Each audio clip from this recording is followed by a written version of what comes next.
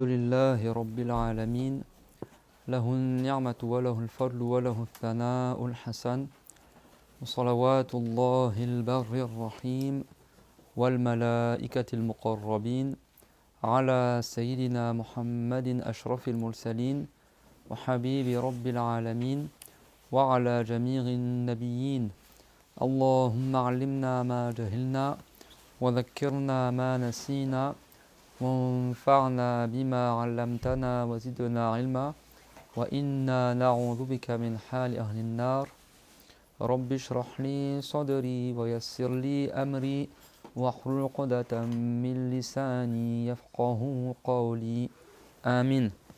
أما بعد الله تبارك وتعالى dit dans le Coran honoré وتعاونوا على البر والتقوى وَلَا تَعَاوَنُوا عَلَى الْإِثْمِ وَالْعُدْوَانِ, c'est-à-dire entraidez-vous pour les œuvres de bien et l'obéissance à Allah, et ne vous entraidez pas pour le péché et la désobéissance à Dieu. Donc on fait de bonne attention lillahi ta'ala dans le fait de réviser ensemble la science de la religion avec une bonne intention lillahi ta'ala par recherche agrément de Allah Azza wa Jal, par application de la parole du prophète sallallahu alayhi wa sallam. Innamal a'malu binniyat wa innama likulli imri'in ma nawa, c'est-à-dire certes les bonnes œuvres ne valent que par les intentions et certes chaque personne a pour elle c'est pourquoi elle a fait l'intention. Donc cet été on avait terminé le chapitre du Rusul et on a commencé le chapitre du Tayammum. On avait mentionné par quelle chose le Tayammum était valable, c'est quoi l'épreuve du Tayammum, est-ce que le Tayammum il était dans les communautés antérieures? Non, d'accord, c'est parmi les choses qui sont spécifiques à la communauté du prophète Mohammed, alayhi salatu wassalam. Et on avait mentionné aussi dans quel cas on fait le tayammum. Et j'avais demandé, pour ceux qui veulent, à ceux à qui j'ai demandé, la semaine dernière, de me faire un schéma par rapport à ce qu'on avait vu. Qu'est-ce qu'il a fait ou pas? Il y avait deux choses à faire. L'histoire des deux zones là, dessinées, les cercles concentriques, et il y avait l'arbre à faire.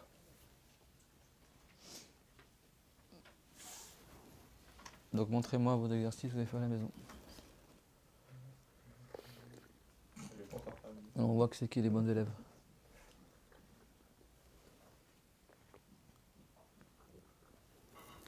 Personne n'a rien fait? Alors après un conseil, il y a un frère qui m'a rappelé ce conseil là aussi. Avant je le faisais souvent, maintenant je le fais moins. Mais Omar ibn al-Khattab, ماذا كان يقول قيد العلم بالكتاب يعني الذي لا يكتب لا يداون علم الدين ينسى بسرعة أما الذي يكتب فبمجرد أن يقرأ ماذا كتب يتذكر. Donc Omar ibn al-Khattab il disait conserver la science en l'écrivant. D'accord, conserver la science en l'écrivant. Et notre cher il disait que celui qui n'écrit pas il oublie rapidement. Parce que si tu oublies la science, il suffit que tu relises tes notes et tu t'en rappelles. C'est clair? Donc là, exprès, je choisis à chaque fois des livres qui sont imprimés en français, comme ça vous pouvez suivre dans le livre. Mais aussi les rajouts que je vous donne, honnêtement, certains rajouts que je vous donne, il faut que tu aies pris plusieurs livres dans le firqa pour les avoir. Et vous, il y a de très faibles chances que vous ayez ces livres-là par transmission en France. Donc c'est pour ça que quand je vous donne des rajouts, essayez de les noter, parce que moi, les rajouts, c'est moi-même, je les note dans mon livre. C'est-à-dire que moi, je pioche un peu à droite à gauche dans les différents livres que j'ai pris, mais ces livres-là, pour qu'on les prenne, il m'a fallu presque 20 ans, quoi. Donc vous, avant que vous preniez ces livres-là, ça va prendre du temps, je pense, et je les ai pris en arabe. Donc des fois, quand je rajoute des choses, tout ça, notez-les, parce que c'est des paroles que les savants ils ont dit, et si tu veux les chercher dans les livres, il faut que tu prennes dans des gros livres pour savoir certains sujets. C'est clair, mon tout le monde? Et aussi les schémas, parce que ça permet de simplifier. C'est clair, mon tout le monde? Donc prenez des notes durant le cours, même si le livre il est peu par rapport à ce qu'on donne. Là, toi, le minimum, c'est au minimum tu maîtrises le livre, c'est bon? Même si tous les rajouts, tu n'as rien noté, etc. Mais tu connais par cœur ce qu'il y a dans le livre, c'est super, d'accord? Mais après, l'objectif, c'est aussi de comprendre le livre. Qu'est-ce qu'il y a dedans, etc.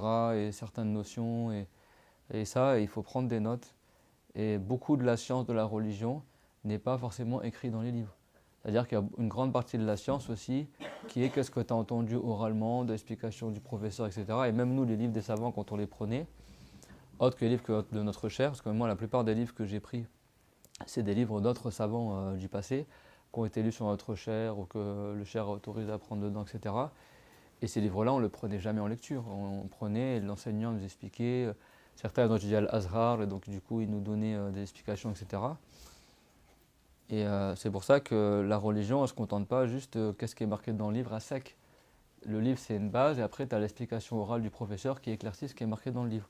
Et si toi, tu ne prends pas des notes, bah demain, quand tes propres enfants te demanderont d'enseigner la religion, ou ta petite sœur, ou ton petit frère, ou tes parents, ou ta voisine, etc., et toi, tu as juste le livre, tu n'as rien marqué dedans, tu vas être là tout bête, tu vas lire dans le livre, tu ne sauras pas comment expliquer les choses. Après, il va dire, mais là, ça veut dire quoi ce mot-là? Ici, ça veut dire quoi?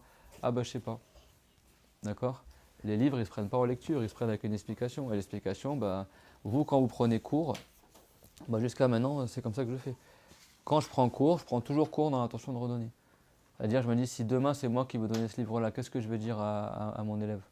Et du coup, quand je prends cours, en même temps que je prends le cours, bah, je note l'explication du professeur. Comme ça, dans ma tête, je me dis, dans mon cœur, je me dis, bah, si demain, je donnerai le livre, je saurai quoi dire. Et vous prenez la science dans l'intention de la redonner. Et quand tu as cette intention-là, la shakhs akhadha al-ilma bi niyyat an yu'tiyahu li ghayrihi في العادة يركز أكثر في الشرح في الزيادات يكتب في الهوامش أما الذي فقط يأخذ لنفسه ولا يفكر أن للعلم زكاة وزكاة العلم إخراجه وكما قال زكاة العلم إنفاقه كما قال بعض العلماء. Les savants ils disent la zakat de la science, c'est de redonner de la science. C'est-à-dire que toi, toute la science que tu prends et que tu apprends, tu seras interrogé dessus au jour dernier. Et tu seras interrogé dans le bas monde parce que demain, quand toi tu auras 50 ans, 60 ans et que tes enfants ou tes petits-enfants ou la génération d'après diront bah vous avez eu la chance de prendre des cours de religion plus que nous, vas-y enseigne-moi ce que tu as appris et toi tu n'as rien enseigné, les gens ils vont te dire mais qu'est-ce que tu faisais?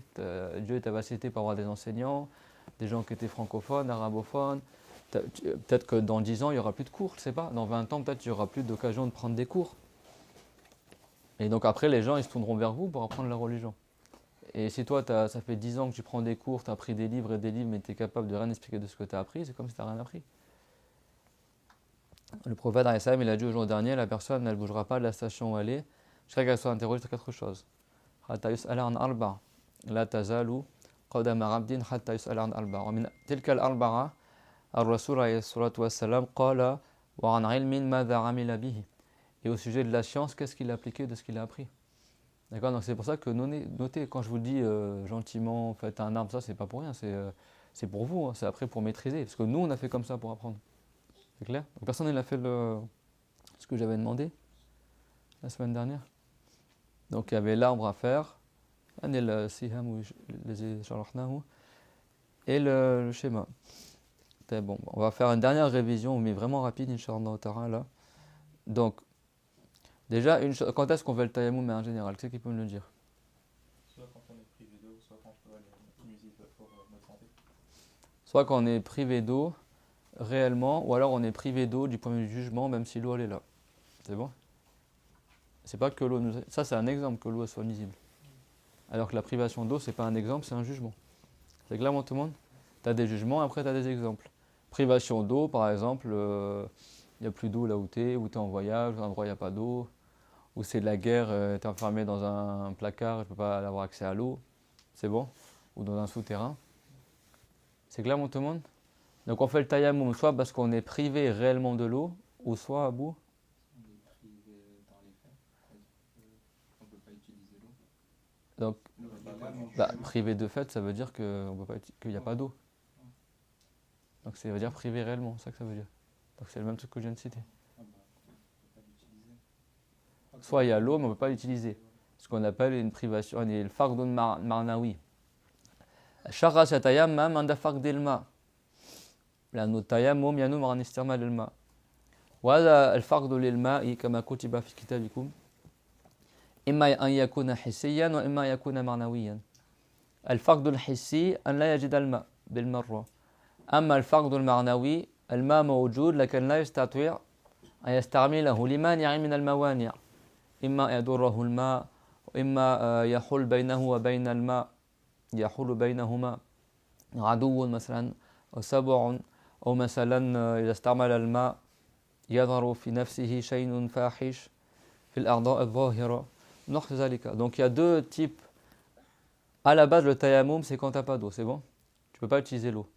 Donc soit tu ne peux pas utiliser l'eau parce que physiquement il n'y a pas d'eau, donc ça c'est une privation réelle de l'eau. Et c'est pour ça que tout ce qu'on a expliqué dans les cours précédents, je crois que c'est le quatrième cours qu'on fait tayammum, le tayammum à la base tu ne fais pas le tayammum pour une privation réelle d'eau alors que tu habites en ville. C'est clair, mon tout le monde? Excuse-moi, mais bon, tu habites en ville, que ce soit où tu veux, à Dijon ou à Paris ou à Marseille, l'eau elle est là. Hein. Tu as la rivière à côté, tu as les magasins à côté, tu as les voisins. Avant qu'il n'y ait plus d'eau dans la ville, il faut y aller quand même. Hein. Et même s'il y a une sécheresse généralisée sur Paris, même s'ils coupent tous les robinets de Paris, on a encore de l'eau. Parce que tu as de l'eau dans les magasins, peut-être ton voisin il a de l'eau dans son placard, il y a des bouteilles d'eau. L'eau pour le wudu, c'est pas forcément l'eau du robinet, ça peut être l'eau minérale, ça peut être, c'est bon ou pas? L'eau de pluie, tu as récupéré l'eau dans ton jardin, tu récupères l'eau de pluie, ben, c'est valable pour le wudu aussi. C'est clair, mon tout le monde? D'ailleurs, moi, quand j'étais dans les pays du Cham, des fois, il y avait des sécheresses. Moi, je suis arrivé à un stade où, quand il pleuvait, je mettais une bassine sur le balcon pour récupérer l'eau de pluie, pour avoir de l'eau, pour faire le wudu, des choses comme ça. Donc, ça veut dire que, parce qu'il y en a, ils m'ont posé la question récemment, c'est ça que je fais le rappel. Si quelqu'un, on coupe l'eau dans son bâtiment, il ne fait pas le tayammum. Il ne fait pas le tayammum. C'est clair, mon tout le monde? Ton bâtiment, il n'y a pas d'eau, le bâtiment d'à côté, tu as 50 voisins qui habitent dans le bâtiment d'à côté, et tu ne vas pas me dire qu'il n'y a aucun qui a de l'eau chez lui. Tu ne vas pas me dire que tous les magasins en bas de la rue, ils ne vendent pas de l'eau. Et puis c'est l'eau dans le prix normal du commerce, c'est bon, tu t'achètes de la cristalline à 50 centimes la bouteille, tu ne vas pas me dire que tu n'as pas d'eau pour faire le wudu. Donc l'exemple que les savants ils citent pour la privation réelle d'eau, ou la privation de fait d'eau, ils le citent dans quoi? Fait le radab et safar, ça fait le hadar.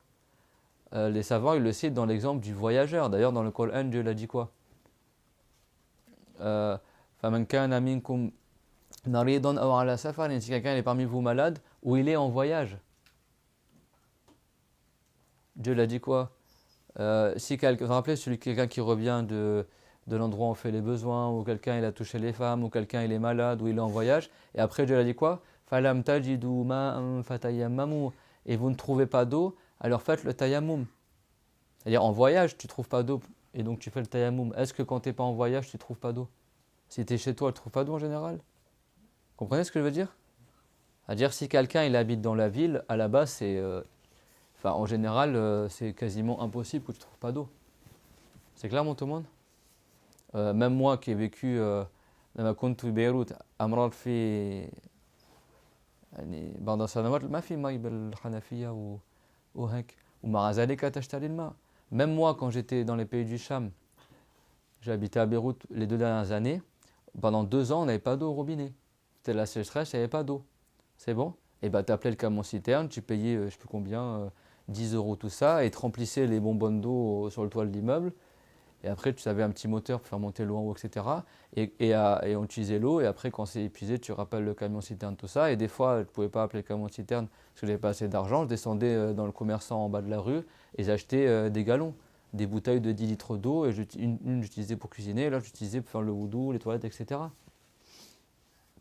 Alors nous, on est rodés, hein, franchement. Moi, j'ai vécu la guerre, coupure d'électricité, coupure d'eau, etc. S'il y a un truc qui se passe en France, on est pris, machin. Bah, moi, les 2 dernières années où j'étais là, il y avait de la sécheresse et bah, il n'y avait pas d'eau au robinet. Et bah, l'eau, on l'achetait. On faisait le wudu avec des gouttes d'eau, etc. On évitait de faire la vaisselle. Après, on utilisait ça, là. Alors ça, c'est-à-dire que quand tu n'as pas d'eau, ça te sauve, hein, ça, les mouchoirs, là. Pour faire le ménage ou des trucs comme ça, c'est quand tu n'as pas d'eau, c'est une catastrophe pour le ménage, etc. Et bah, j'ai jamais fait le tayammum. Je n'ai jamais fait le tayammum, même en pleine sécheresse. Parce qu'il y avait toujours l'eau, même pas beaucoup d'eau, mais il y avait l'eau pour faire le wudu et manger, etc. Et sauf que l'eau, on l'achetait. C'est clair, tout le monde?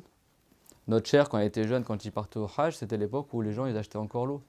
Il n'y avait pas d'eau, il n'y avait pas les robinets, etc. à la Mecque et tout ça. Il y avait encore les vendeurs d'eau là, qui passaient dans les pèlerins. Eux, ils sont acceptés dans le tawaf. Et ils vendent l'eau durant le tawaf pour ceux qui ont soif, etc. Il y a moins de 100 ans, les gens ils achetaient encore l'eau quand ils allaient à la Mecque, au pèlerinage, etc. Pour faire le wudu, pour boire, etc. C'est clair, tout le monde? Donc si quelqu'un il est en ville, il n'a pas d'excuse, ou s'il est à l'école ou à l'université, comme certains ils montrent sur internet, ils n'ont pas d'excuse pour faire le tayammum. C'est clair, tout le monde? C'est pas quelqu'un il prend la moitié du chapitre, oh il a la flemme d'aller dans les toilettes de la fac, oh, bah je vais faire le tayammum, je reste dans la classe, je fais le tayammum. Ou alors il est dans l'avion, il veut pas, ou dans un train, il veut pas aller dans les toilettes du train, il dit je vais faire le tayammum, comme ça je dérange personne. Bah non, ça marche pas. Tayammum, c'est vraiment si t'as pas d'autre choix. C'est clair, mon tout le monde? C'est pour ça que les savants du fiqh, ils disent l'exemple où tu prends l'exemple où tu n'as pas d'eau, c'est l'exemple où tu es en voyage. Tu es dans le désert, un endroit où il n'y a pas d'eau, il n'y a pas d'habitation, etc. Là, tu peux concevoir que tu ne trouves pas d'eau. C'est clair, tout le monde, ça? Tout le monde a compris ce sujet-là? Tayammum ma huwa tahara darura. Darura, ça ne veut pas dire un besoin, hein. C'est une purification par nécessité. Ça veut dire que tu ne peux pas faire autrement. C'est-à-dire que si tu ne fais pas de tayammum, tu ne pourras pas te purifier pour la prière. C'est clair, tout le monde? Donc, ce premier exemple qu'on appelle le fardul ma al-hissi,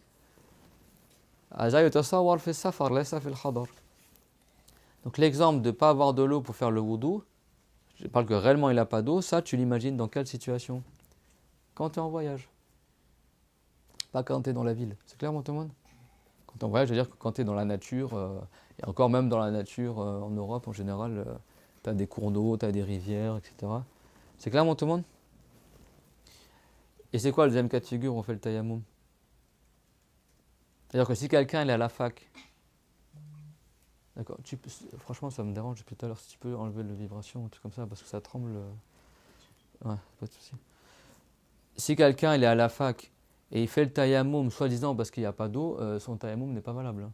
Et sa prière n'est pas valable, c'est clair? Ou il est au travail, ou etc. C'est bon?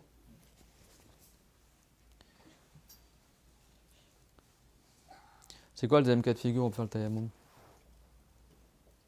Donc soit tu ne trouves pas d'eau réellement, imma yafqidul ma hissiyan, wa imma معنويا يعني من حيث المعنى كأن الماء غير موجود لكن هو في الحقيقة موجود لكن هو مثلا إذا استعمله يمرض أو يزداد مرضه أو يموت مثلا يهلك فهذا كأنه لم يجد الماء فيتيمم. Donc c'est quoi le deuxième cas de figure? Ça normalement vous auriez dû le faire à la maison, j'avais demandé de le faire pour aujourd'hui.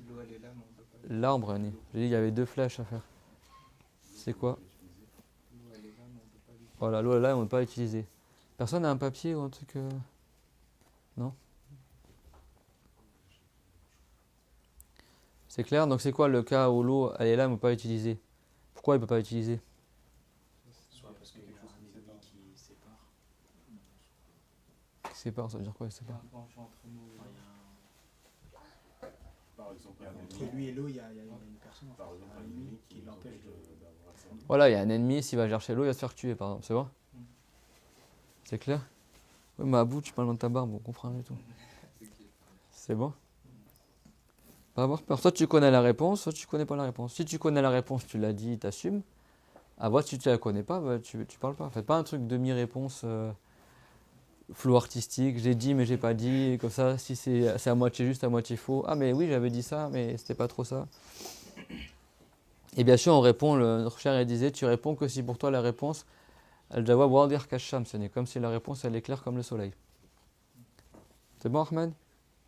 Donc par exemple, il y a un ennemi entre lui et l'eau. Ça se passe, ça. Tu par exemple, tu as l'eau, je sais pas moi. Et à l'eau, tu vas descendre dans la vallée pour chercher l'eau, et dans la vallée, il veut tirer de te faire tuer. C'est bon? Des fois, pendant les guerres, etc., tu as plusieurs fronts comme ça, plusieurs clans. Toi, tu es caché avec un groupe en haut de la montagne, et l'eau, il est en bas de la montagne, mais en bas de la montagne, tu as l'ennemi. Si tu sors pour aller chercher l'eau, il risque de te faire tuer au sniper. Et bien là, même s'il y a de l'eau, tu vas dire je fais le tayammum. Si tu sais que réellement, le seul moyen d'aller chercher l'eau, c'est de risquer ta vie. C'est clair, tout le monde? Après quoi comme exemple? Pareil, si tu as un lion, un animal féroce qui risque de t'attaquer si tu vas chercher l'eau, ben là c'est pareil, tu fais le tayammum. Tu es en safari dans la savane, tu as un lac avec de l'eau pour faire le wudu, tu as un lion qui est en train de boire au bord du lac l'eau. Tu vas dire, bah, l'eau est là, donc il faut que j'aille chercher l'eau pour faire les ablutions, et tu vas t'en manger par le lion. Dans ce cas-là, tu restes là où tu es et tu fais le tayammum si tu n'as pas d'autre moyen d'avoir de l'eau. C'est clair?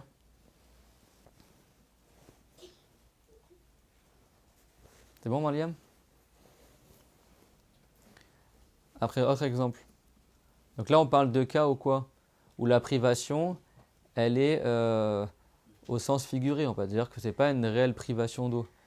Mais d'ailleurs, ça c'est une bonne traduction parce qu'en arabe, ils disent marnawi, c'est-à-dire que c'est une privation de sens. C'est-à-dire que ça fait sens de privation, mais en réalité, physiquement, tu n'es pas privé d'eau.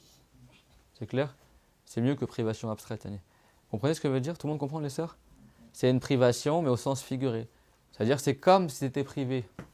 Mais en réalité, tu n'es pas réellement privé, mais tu ne peux pas utiliser l'eau. Donc c'est comme si tu étais privé de... C'est bon? Comme s'il n'y avait pas d'eau, quoi. Alors, on a cité l'exemple où il y a un ennemi qui te sépare de l'eau, qui t'empêche d'aller chercher l'eau. Ou un faux, c'est la même chose, c'est bon? Quoi encore?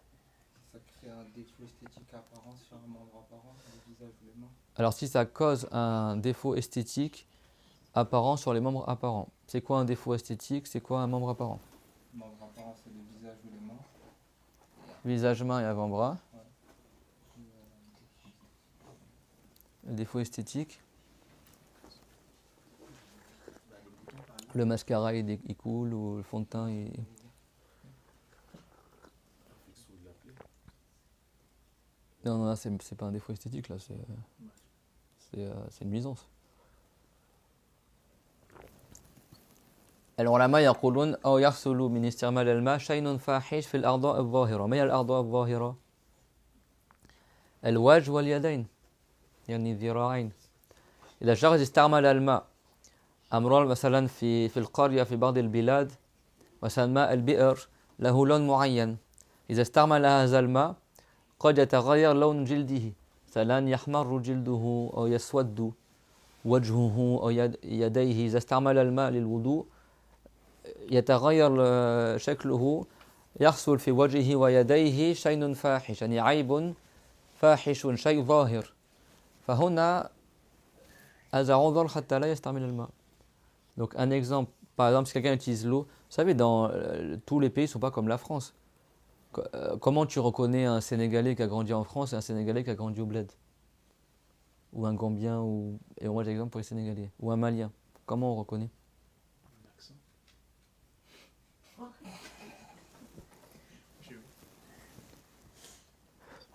Comment on reconnaît, vous savez ou pas?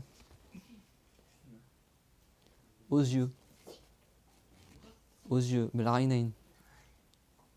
Parce que ceux qui ont grandi au bled dans les villages, quand ils boivent l'eau du village, tout ça, leurs yeux ils deviennent bruns, le blanc là.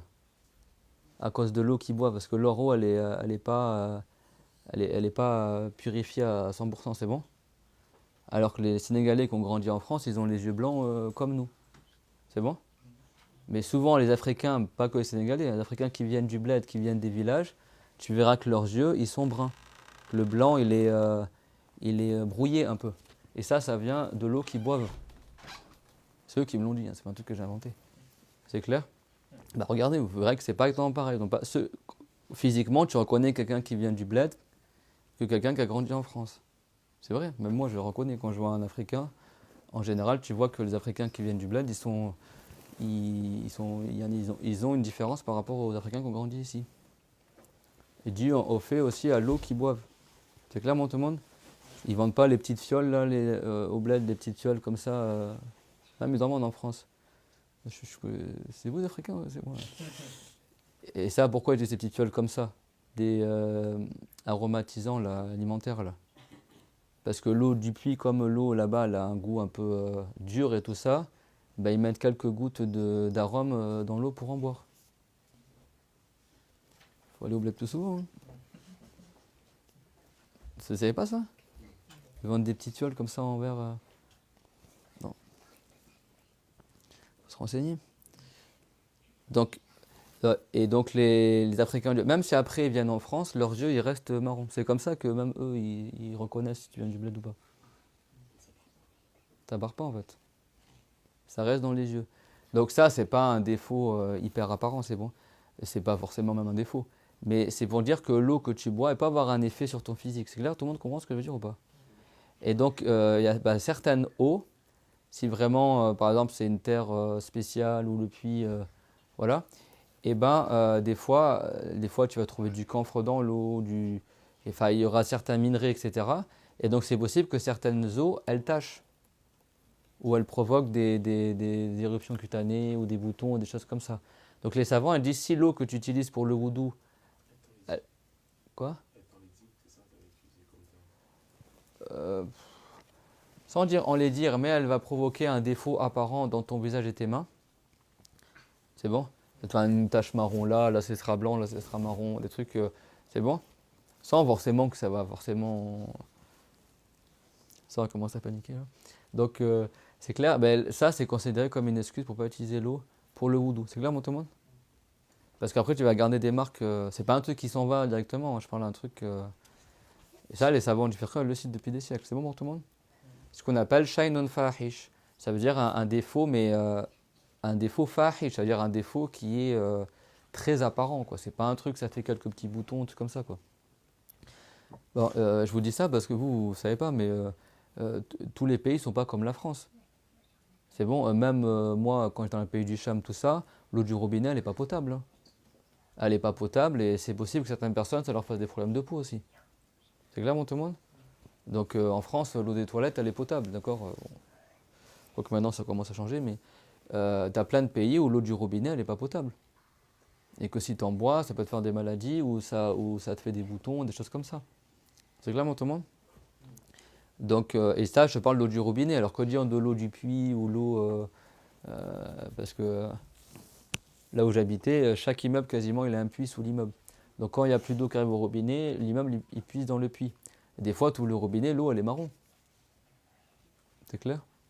Donc, bah, certaines eaux, même si elles ne sont pas potables, si tu utilises de manière apparente sur la peau, etc., ça peut te faire des défauts qui ne sont pas forcément nuisibles au niveau de la santé, mais qui sont esthétiques, comme il l'a dit à vous. C'est clair, tout le monde? Donc ça, c'est des réalités qui existent. Il y a beaucoup de choses que savants du fiqh, ils expliquent. Quand tu habites en France, tu as l'impression que c'est un truc, ça vient de je sais pas d'où. Mais quand tu habites au bled, je peux te dire que chaque truc qu'on explique, c'est concret. Hein. C'est pas, William? Je dis ça parce qu'il y en a qui connaissent des gens qui sont partis là au Liban là, pour secourir les gens, etc.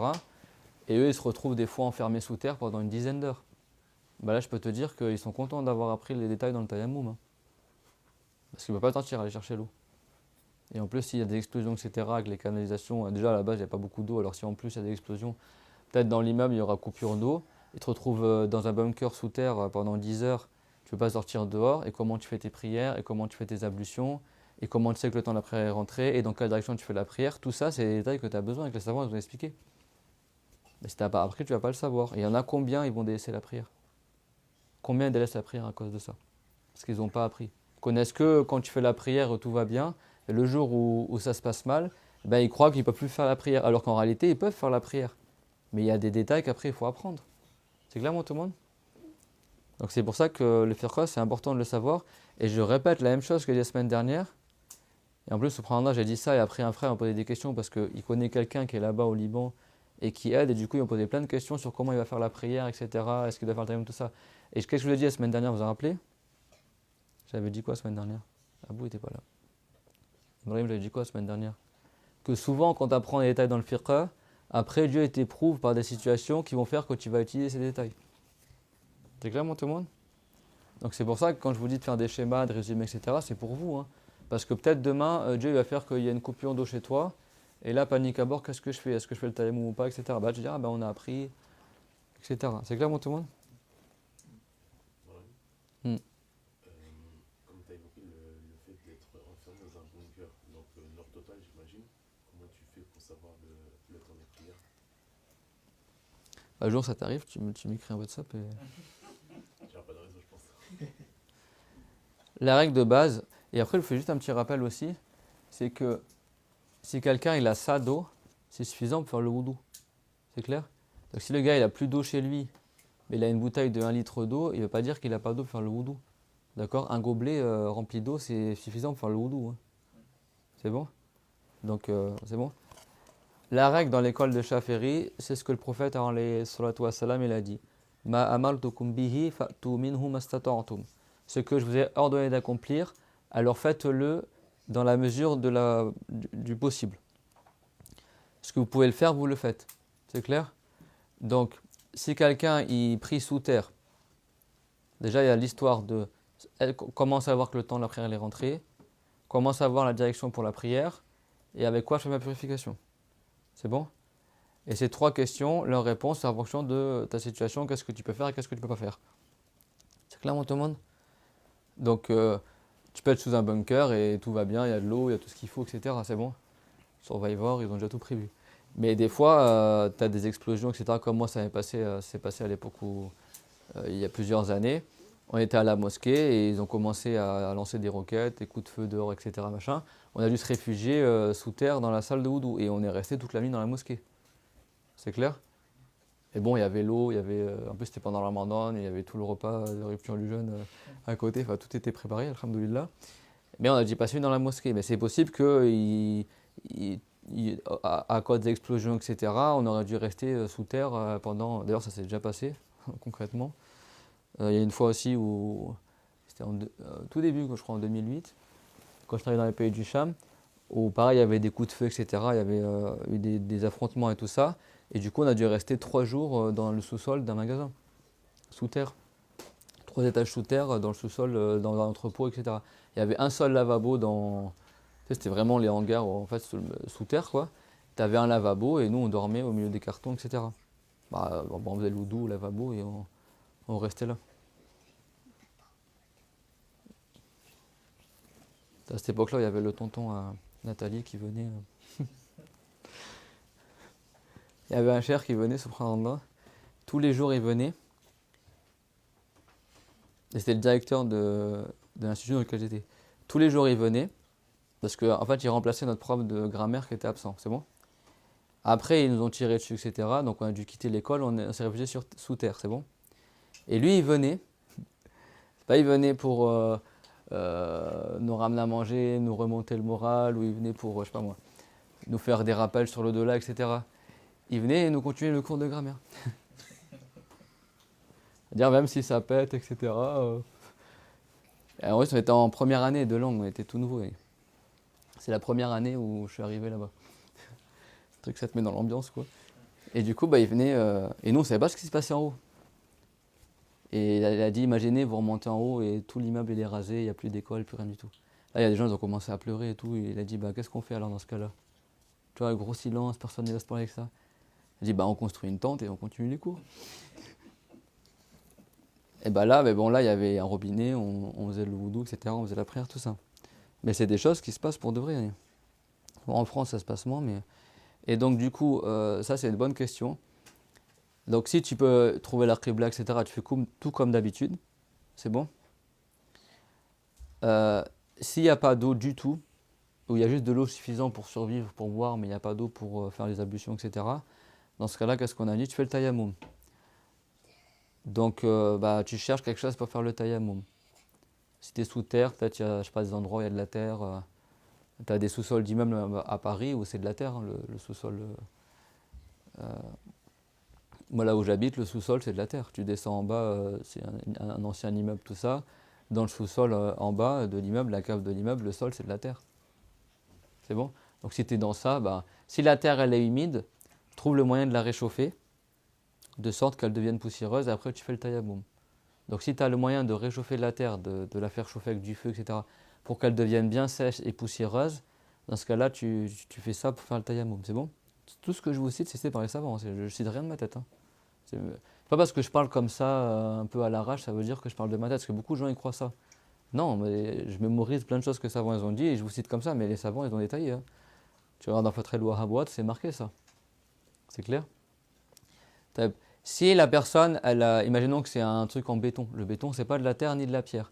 Donc tu ne fais pas le tayammum en tapant sur le béton. Même s'il y a de la poussière, d'accord? C'est pas de la poussière de terre. Dans ce cas-là, il y a 4 avis dans l'école de Shafi'i. Si quelqu'un n'a pas le moyen d'utiliser l'eau ni la terre, c'est ce qu'on appelle en arabe faqidu tahurain. D'accord? Celui qui a perdu les 2 purificateurs. C'est-à-dire qu'il n'a ni l'eau ni la terre poussiéreuse pour le tayammum. C'est bon pour les enfants? Ici, il y a 4 avis. L'avis que nous on utilise à la base, c'est qu'il ne laisse pas le temps sortir sans faire la prière. C'est-à-dire, les hurmatil waqt, yusalli as-salah, bidun tahara. Par respect envers le temps de la prière, il prie sans s'être purifié. C'est-à-dire, il prie sans avoir fait le tayammum ni le wudu. Juste pour ne pas laisser le temps de la prière sortir sans qu'il ait prié. C'est clair, tout le monde? Quand il ne peut pas faire plus que ça, bah, il fait ça. C'est bon, William? Et après, quand il trouve un des deux tahour, c'est-à-dire soit la terre ou soit l'eau, eh ben, il se purifie et il refait sa prière. Donc s'il trouve de la terre pour faire le tayammum, il fait le tayammum, il refait sa prière, et sa prière elle est valable. Et s'il trouve de l'eau, il fait le wudu, il fait sa prière, c'est bon. Et c'est pas choisi. Et s'il trouve de l'eau, il fait le wudu, il va faire le tayammum. C'est clair, tout le monde? Mais s'il n'a aucun moyen de faire la purification, certains savants, ils ont dit, par respect envers le temps de la prière, il ne laisse pas le temps de la prière sans prière. Donc il fait la prière comme il peut, même sans purification. Et après, il la refera quand il trouvera un des deux purificateurs. Tout le monde a compris jusque-là? Ça, c'est un avis. Un autre avis, il dit, il fait la prière comme il peut, sans se purifier, et il n'aura pas à la refaire. C'est clair? Ça, c'est un autre avis. Et un autre avis qui dit, il ne fait pas la prière, parce qu'il n'a pas de quoi se purifier, et il fera la prière quand il trouvera un des deux purificateurs. C'est clair, tout le monde? Et il y a un autre avis qui dit, il ne fait pas la prière et il ne rattrape pas la prière. Parce qu'il n'a pas de quoi prier. C'est bon? Nous, l'avis qu'on applique, c'est quoi? C'est qu'il fait la prière comme il peut, et s'il n'a pas du tout pu se purifier, ben, il refera sa prière quand il trouvera de quoi se purifier. Mais il ne laisse pas le temps sortir sans avoir prié. C'est bon, William? Donc si la personne que tu connais, ils sont pris dans des bombardements, etc., ils vont rentrer du coup ou pas alors? C'était quoi la réponse? On ne sait pas. Eh ben, il...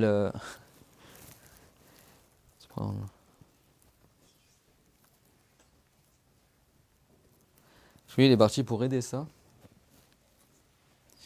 Il y a des gens qui se mettent dans une situation comme ça pour aider autrui. C'est bon? Nous, on s'est mis dans une situation comme ça juste pour apprendre la religion. C'est vrai que nous, quand on arrive en France, on est motivé, il faut venir au cours, etc. C'est-à-dire, nous, on a vécu la guerre et on a eu des risques de guerre et on savait très bien qu'il y avait des risques de guerre et malgré ça, on a choisi de rester là-bas. Parce que nous, clairement, on disait, je préfère continuer à apprendre la religion, même s'il y a des risques qu'on se fasse tirer dessus, etc., plutôt que de rentrer en France et de rester ignorant et de ne pas apprendre. Et c'est comme ça qu'on a appris. Il y a des choses que je vous donne, on l'a appris en patientant sur des choses comme ça. Bah, je regrette pas, alhamdoulilah. C'est pour ça que la science de la religion, Dieu il la donne, surtout la science profonde dans la religion, Dieu la donne en général que aux gens qui sont prêts à se battre pour avoir cette chance-là. Souvent, Dieu l'éprouve énormément à la personne pour qu'il apprenne la religion. Et plus tu veux la science en détail, plus Dieu t'envoie des épreuves. Et malheureusement, tu vois que là, beaucoup de gens, simple petite pichenette, la personne elle arrête de prendre cours, ou le cours il est trop loin, ou je sais pas moi. Il y a un tel au cours que j'aime pas, donc du coup j'ai pas envie d'aller au cours, ou je sais pas moi. Le prof il est raciste. Shaitan il a plein de ruses pour faire en sorte que la personne n'apprenne plus la religion. Ou alors, ah non mais c'est une femme, moi je prends pas des femmes. Ah non le prof il est plus jeune que moi, non je prends pas de lui. Ah non mais lui c'est pas un Marocain, moi je prends que des Marocains. Ou moi je prends que des Comoriens, ou ci ou ça. Alors que les compagnons, ils prenaient des hommes, des femmes, des enfants. Tant que quelqu'un il a appris la religion, moi beaucoup de mes enseignants étaient plus jeunes que moi. Hein. Ça m'est déjà arrivé aussi de donner cours à des gens qui après ils ont fait l'université, qui ont pris des livres que j'ai pas pris, et après à la fin c'est eux qui m'ont donné cours. Et ils m'ont dit je te donne cours comme tu m'as donné cours quand j'étais petit. Pour me remercier des cours que je donnais quand j'étais petit, après ils m'ont donné cours. Bah, si tu es prétentieux, dire comment je vais prendre cours avec quelqu'un, c'est moi qui ai donné cours avant. Il y a plein de gens, moi j'ai pris cours avec des hommes, avec des femmes, avec des gens qui étaient plus jeunes que moi, etc. La science, Dieu la donne à qui il veut. Ibn Abbas, s'il avait de la science, il était même encore plus pubère. Donc si quelqu'un il est prétentieux, il n'apprendra pas la religion. Si quelqu'un n'est pas modeste, il n'apprendra pas la religion. Et si quelqu'un il n'est pas modeste aussi, il aura du mal à enseigner la religion. Le fait d'enseigner la religion avec bonne intention, c'est une preuve aussi de modestie, de compassion envers les musulmans, etc.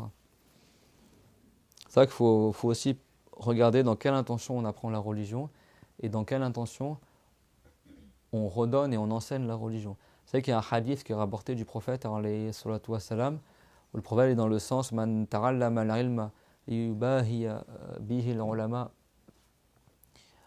aw liyumari bihi as-sufaha atralahu Allahu an-nar. Ça veut dire si quelqu'un il apprend la religion pour après débattre avec les savants, juste il veut monter, il y en a c'est ça. Et malheureusement, c'est avec des gens à qui tu donnes cours. Il y a des gens, tu leur enseignes la religion, dès qu'ils commencent un peu à avoir de la science, ils te toisent après, tu sais, ils veulent débattre avec toi, ils veulent, tu vois, comme si, ça y est, tu es à leur niveau, c'est-à-dire, alors que souvent, ils n'ont même pas appris plus que toi. Mais ça y est, ils ont un peu de science, ils mémorisent un peu des ça. Après, ils te défient. Tu vois, il veut montrer que lui aussi, il a appris, etc. Et celui qui apprend la religion pour après défier les savants ou alors débattre avec les ignorants, en fait, juste il apprend pour montrer qu'il est meilleur que les autres ou tu sais, pour. Vous voyez ce que je veux dire ou pas? Par vanité comme ça, le prophète l'a dit, cette personne-là, Dieu le fera rentrer en enfer. C'est clair, tout le monde? C'est pas quelqu'un, il apprend avec Ahmed par exemple, et puis dès qu'il commence à avoir un peu de science, ça y est, il commence à toiser Ahmed, à dire ça y est, moi j'ai de la science et tout maintenant. Parce qu'il y a des gens, c'est comme ça. Tu as certains savants, ils ont appris la religion et ils sont devenus plus savants que leur chair, et malgré ça, ils se comportaient envers leur chair comme leur chair. Leur embrasser la main, tout ça, alors qu'eux-mêmes avaient maintenant le niveau d'être le chair de leur chair. Mais malgré ça, ils se comportaient toujours envers leur enseignant comme il se doit. Et ça, c'est important. D'accord? Donc, par exemple, ces détails-là que tu demandes, là, tu sais dans quel livre c'est ces détails-là? C'est dans Fath al-Wahhab. Fath al-Wahhab, c'est le dernier livre qu'on prenait à l'université. Commentaire de Majid Tullab. C'est un livre qui est gros comme ça. Si quelqu'un le maîtrise, c'est un faqih shafirite. Il a le statut de savant, s'il le maîtrise. Et la réponse à la question est dans ce livre-là. Elle n'est pas dans les livres qui sont en dessous de celui-là. Fath al-Wahhab. C'est bon? Bah, si je voulais, je pourrais lire. Bah non, frère. Prends déjà les 4 livres qui sont avant dans le fiqh shafiri, termine-les, mémorise par cœur le matin, et après tu auras ces détails-là. Mais il y a des choses, on a besoin, d'accord? Même dedans, ici, par exemple, si tout le sol il est impur, comment tu fais la prière? Imagine, tu as déjà ça partout sur le sol. Bon, ça, je ne vais pas le citer parce qu'on n'en a pas besoin. Mais il faut dire, les savants, ils ont imaginé une situation aussi, ça peut arriver, d'accord? Les savants, ils citent clairement, si quelqu'un, par exemple, ça arrive, n'est-ce pas, pour les prisonniers palestiniens, par exemple. Ils ne sont pas enfermés pendant plusieurs jours dans des caves ou trucs comme ça, ils ne peuvent pas bouger, par exemple, ils ne peuvent pas aller aux toilettes, etc. Mais malgré ça, ils ne sont pas déchargés de faire la prière. Bah, les savants, ils ont cité comment tu fais la prière, si tu n'as aucun moyen de savoir la qibla, si tu ne peux pas te purifier, si tu es attaché, etc. Tu dois toujours faire la prière. Ce n'est pas parce que tu es comme ça que tu délaisses la prière. D'ailleurs, alhamdoulilah, quand tu vois à Gaza ou autre, tu les vois même dans les ruines, ils continuent à faire le Jumu'ah, ils continuent à faire la prière, etc. Parce que c'est des gens qui ont appris, hein, tu sais, les pays du Cham, les gens ne sont pas ignorants. En Syrie, au Liban, en Jordanie, en Palestine, les gens, ils ont beaucoup de science dans le hadith, dans le fiqh, etc. Hein. Et même s'il y a la guerre, ils savent qu'il faut continuer à faire la prière, ils savent les obligations, etc. etc. Donc, tout le monde a compris, si tu ne trouves pas d'eau ni de terre pour faire la purification, qu'est-ce que tu fais? Tu prends la vie si tu veux, que voilà, tu fais la prière comme tu peux, et après tu la rattraperas quand tu trouveras un des deux choses. Ça, c'est ce qu'on appelle hukmu faqidi tahurain, allazi faqad al-ma wa turab, yusalli salat ala kama yastati' ihtiraman li hurmati al-waqt. Ça, c'est selon un avis. C'est clair, mon Thomas? Maintenant, concernant l'entrée du temps de la prière. S'il est dans une cave, il ne connaît pas la cave, comment c'est, ou sous terre, ou tel que cela. Il essaye de trouver de quoi se repérer pour pouvoir trouver la qibla, c'est bon? Donc nous, on sait que tous les pays qui sont au nord de la Mecque, la direction de la prière, elle est vers quelle direction, les sœurs? Tout ce qui est en Europe, pays du Cham, etc. Tu diriges vers où pour faire la prière en général? Grosso modo, Annie. Vers le sud. Si tu es au nord de la Mecque, tu diriges vers le sud. Même sans rentrer dans le sud-est, au minimum, tu sais que tu diriges vers le sud. Donc lui, s'il est enfermé sous terre, etc., s'il a moyen de trouver où est-ce que c'est le sud, il cherche. C'est bon? Par exemple, c'est possible que même en étant sous terre, il entend des bruits. Et par exemple, je sais pas moi, il entend l'alarme de la caserne des pompiers, et sait que la caserne des pompiers, par rapport à lui, elle se trouve vers l'est, par exemple. C'est bon? Donc il dit, attends, le son provient de là, donc là, ça doit être l'est. Il essaye comme il peut de trouver, donc là, ça doit être l'ouest, donc là, ça doit... Vous comprenez ce que je veux dire ou pas? Par exemple, je sais pas, ça peut être comme ça, c'est bon? Donc même si c'est approximatif, même si c'est possible qu'il se trompe, il fait son maximum pour trouver. S'il pense qu'il a trouvé la bonne direction, il prie dans cette direction-là. S'il n'a aucun moyen de savoir dans quelle direction est la qibla, silence total, parce que bon, la qibla, comment tu peux le savoir? Tu peux t'aider du bruit, Je peux t'aider aussi du circulement de l'air. C'est bon, le sens des vents, on a vu dans le Mistral, on a parlé du Mistral la fois dernière, la tramontane, le Mistral qui souffle du nord vers le sud, etc. Si quelqu'un est enfermé sous terre à Marseille en plein hiver, tu as le Mistral qui souffle. Et il souffle toujours du nord vers le sud. Donc c'est possible qu'il entend les planches voler ou les trucs voler dehors. Et avec le son, il arrive à repérer dans quel sens le vent il souffle. Et du coup, il peut grosso modo essayer de savoir où est-ce qu'est le sud, par exemple. C'est un exemple que je donne. C'est clair, mon tout le monde? Par exemple, si quelqu'un sait que la route qui passe à côté du bâtiment, où il y a les voitures qui passent, elle est du côté est ou du côté sud, par exemple. Et quand il est sous terre, il entend les voitures rouler sur la route depuis sous terre. Ben, il se dit, la route, elle doit passer par là, donc je fais la prière par là parce que le sud, il est par là. C'est ce qu'on appelle des ijtihad, c'est bon? مفهوم الكلام؟ يعني يجتهدوا مثلا بالأصوات حاول يجد القبلة. إذا ما عندهم ولا علامة حتى يجد القبلة فيصلي في أي جهة يريد ثم يعيد الصلاة بعد أن يكون وجد القبلة. Et s'il n'a aucun moyen du tout pour savoir où est-ce qu'est la direction de la qibla, son téléphone n'y capte pas, il n'y a pas de, bien sûr, il n'y a pas de boussole, il n'y a pas, etc. Il ne peut pas se fabriquer une boussole artisanale parce qu'une boussole, ça se fabrique aussi. Hein. Tu prends de l'eau. On va dire, Ibrahim, il connaît tous les trucs de survie. Tu prends un verre d'eau, tu mets une aiguille à coudre dans l'eau là qui flotte, sur un petit bouchon, un truc comme ça. Le truc, il t'indique le nord. Hein. Ça tourne dans l'eau et c'est bon. Il faut juste une aiguille métallique qui soit posée dans l'eau et qui de sorte qu'elle est mobile facilement, quoi. Et puis avec le magnétisme, toute seule, elle va indiquer le nord, c'est bon? C'est clair, il y a des moyens de trouver. Ou s'il y a de la mousse qui pousse, je sais pas quoi, bref. Comme on a vu dans les cours derniers. C'est clair, tout le monde? S'il n'a aucun moyen de trouver la qibla où est-ce qu'elle est, dans ce cas-là, il prie dans n'importe quelle direction. Comme il ne sait pas du tout où est-ce qu'est la qibla, il prie dans n'importe quelle direction. Et après, quand il aura trouvé la qibla, quand il sortira du bunker, par exemple, un truc comme ça, eh ben, il refera sa prière. C'est clair, tout le monde? Et pour l'entrée du temps de la prière, c'est pareil. Il fait un ijtihad. C'est-à-dire que, par exemple, si c'est le dhuhr, c'est à quel moment de la journée? Quand le soleil quitte le milieu du ciel. Donc, normalement, c'est le moment qui est approximativement le plus chaud dans la journée.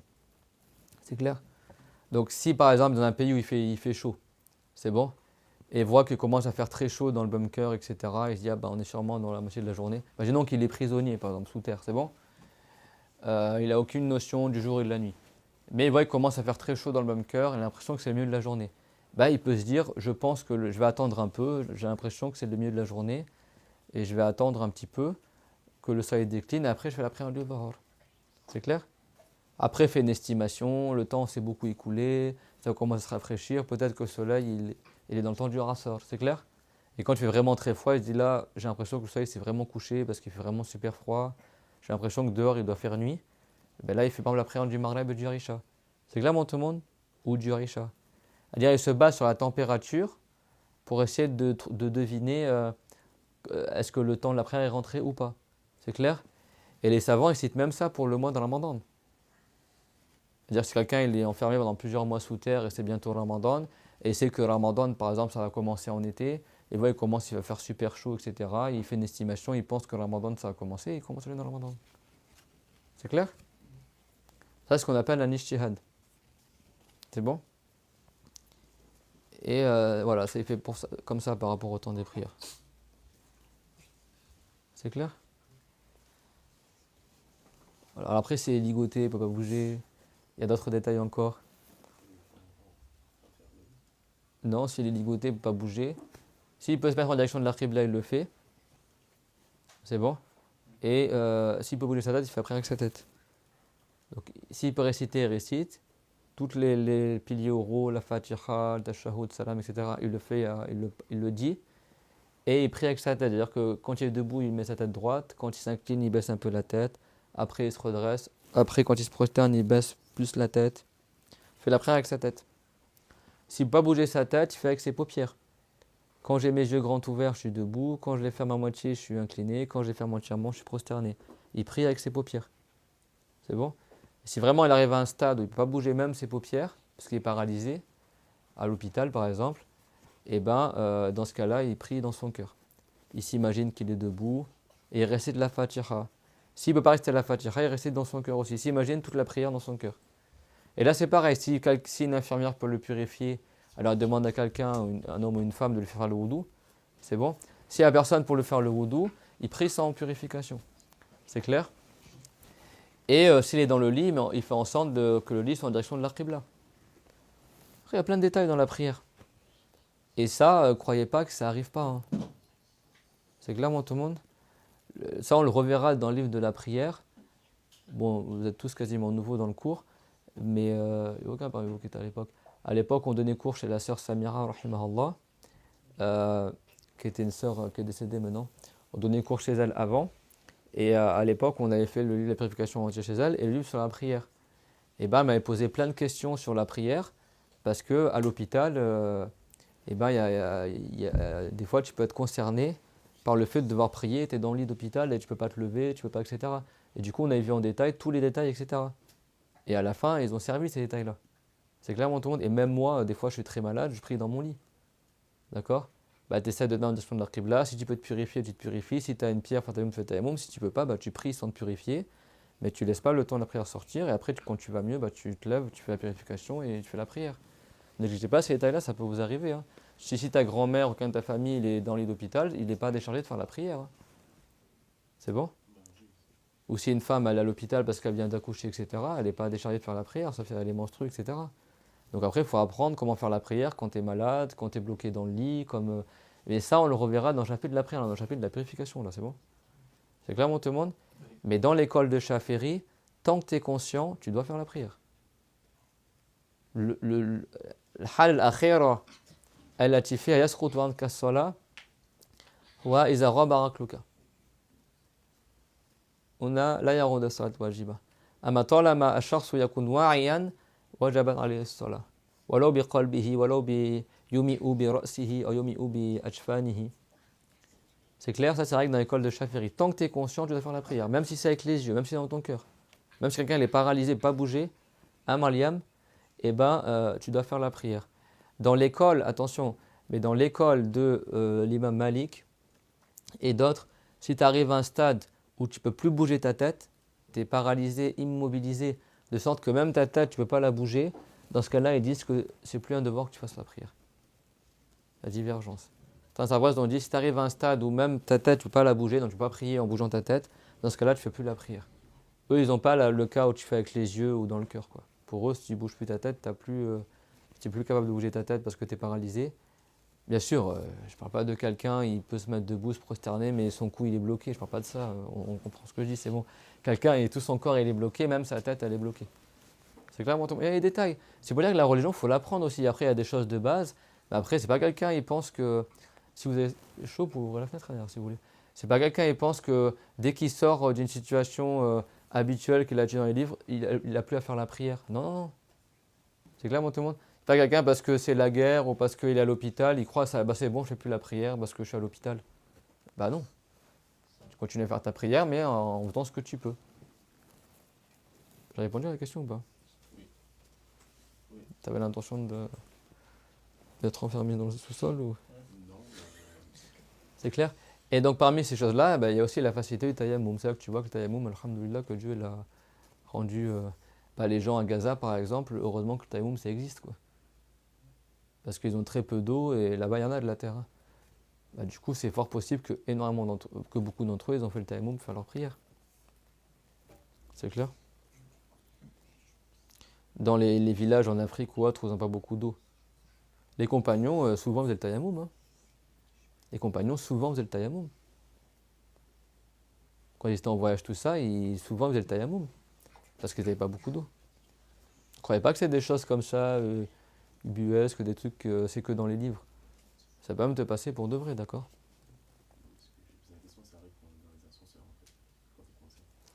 Quand tu es coincé dans l'ascenseur, oui, moi ça... à Beyrouth, à mon époque, en fait, tu avais 3 heures de coupure de courant et ça se décale, tu vois. Soit c'est de 9 à midi, soit de midi à 3 heures, soit de 3 heures à 6 heures. Ça se décale. Donc, par exemple, si c'est aujourd'hui de 9 h à midi, demain sera de midi à 3 heures. Après-demain sera de 3 heures à 6 heures. Et après, ça revient comme ça. Alors maintenant, ça doit être 12 heures de coupure de courant, voire il n'y a plus de courant du tout. Mais à mon époque, c'était comme ça, à la capitale. Après, si tu habites en dehors de la capitale, c'est 6 heures de coupure de courant ou machin. Donc des fois, tu oublies. Arrêtez de discuter. Les enfants, là, venez ici devant, là. Parce que si vous dérangez les gens qui viennent pour le cours, ça ne va pas du tout. Asseyez-vous à côté de tonton à bout. Et vous ne le poussez pas à bout. C'est bon. Venez ici devant, là. Pour ça, je vous vois. Sinon, on vous enferme et vous devrez utiliser les choses qu'on a vues pour le tayammum. Hein, chez Ahmed, là. Peut-être demain, ce sera toi qui nous donnera un cours, là. Ça veut dire quoi, Mariam, en hébreu? Ça veut dire quoi, Mariam, en hébreu? Celle. Tobi? Celle qui?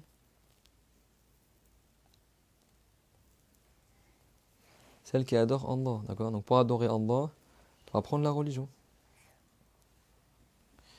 Donc l'ascenseur, eh ben, ça peut être un cas concret où tu es bloqué, tu n'as pas d'eau, etc. Va y faire le tayammum dans l'ascenseur.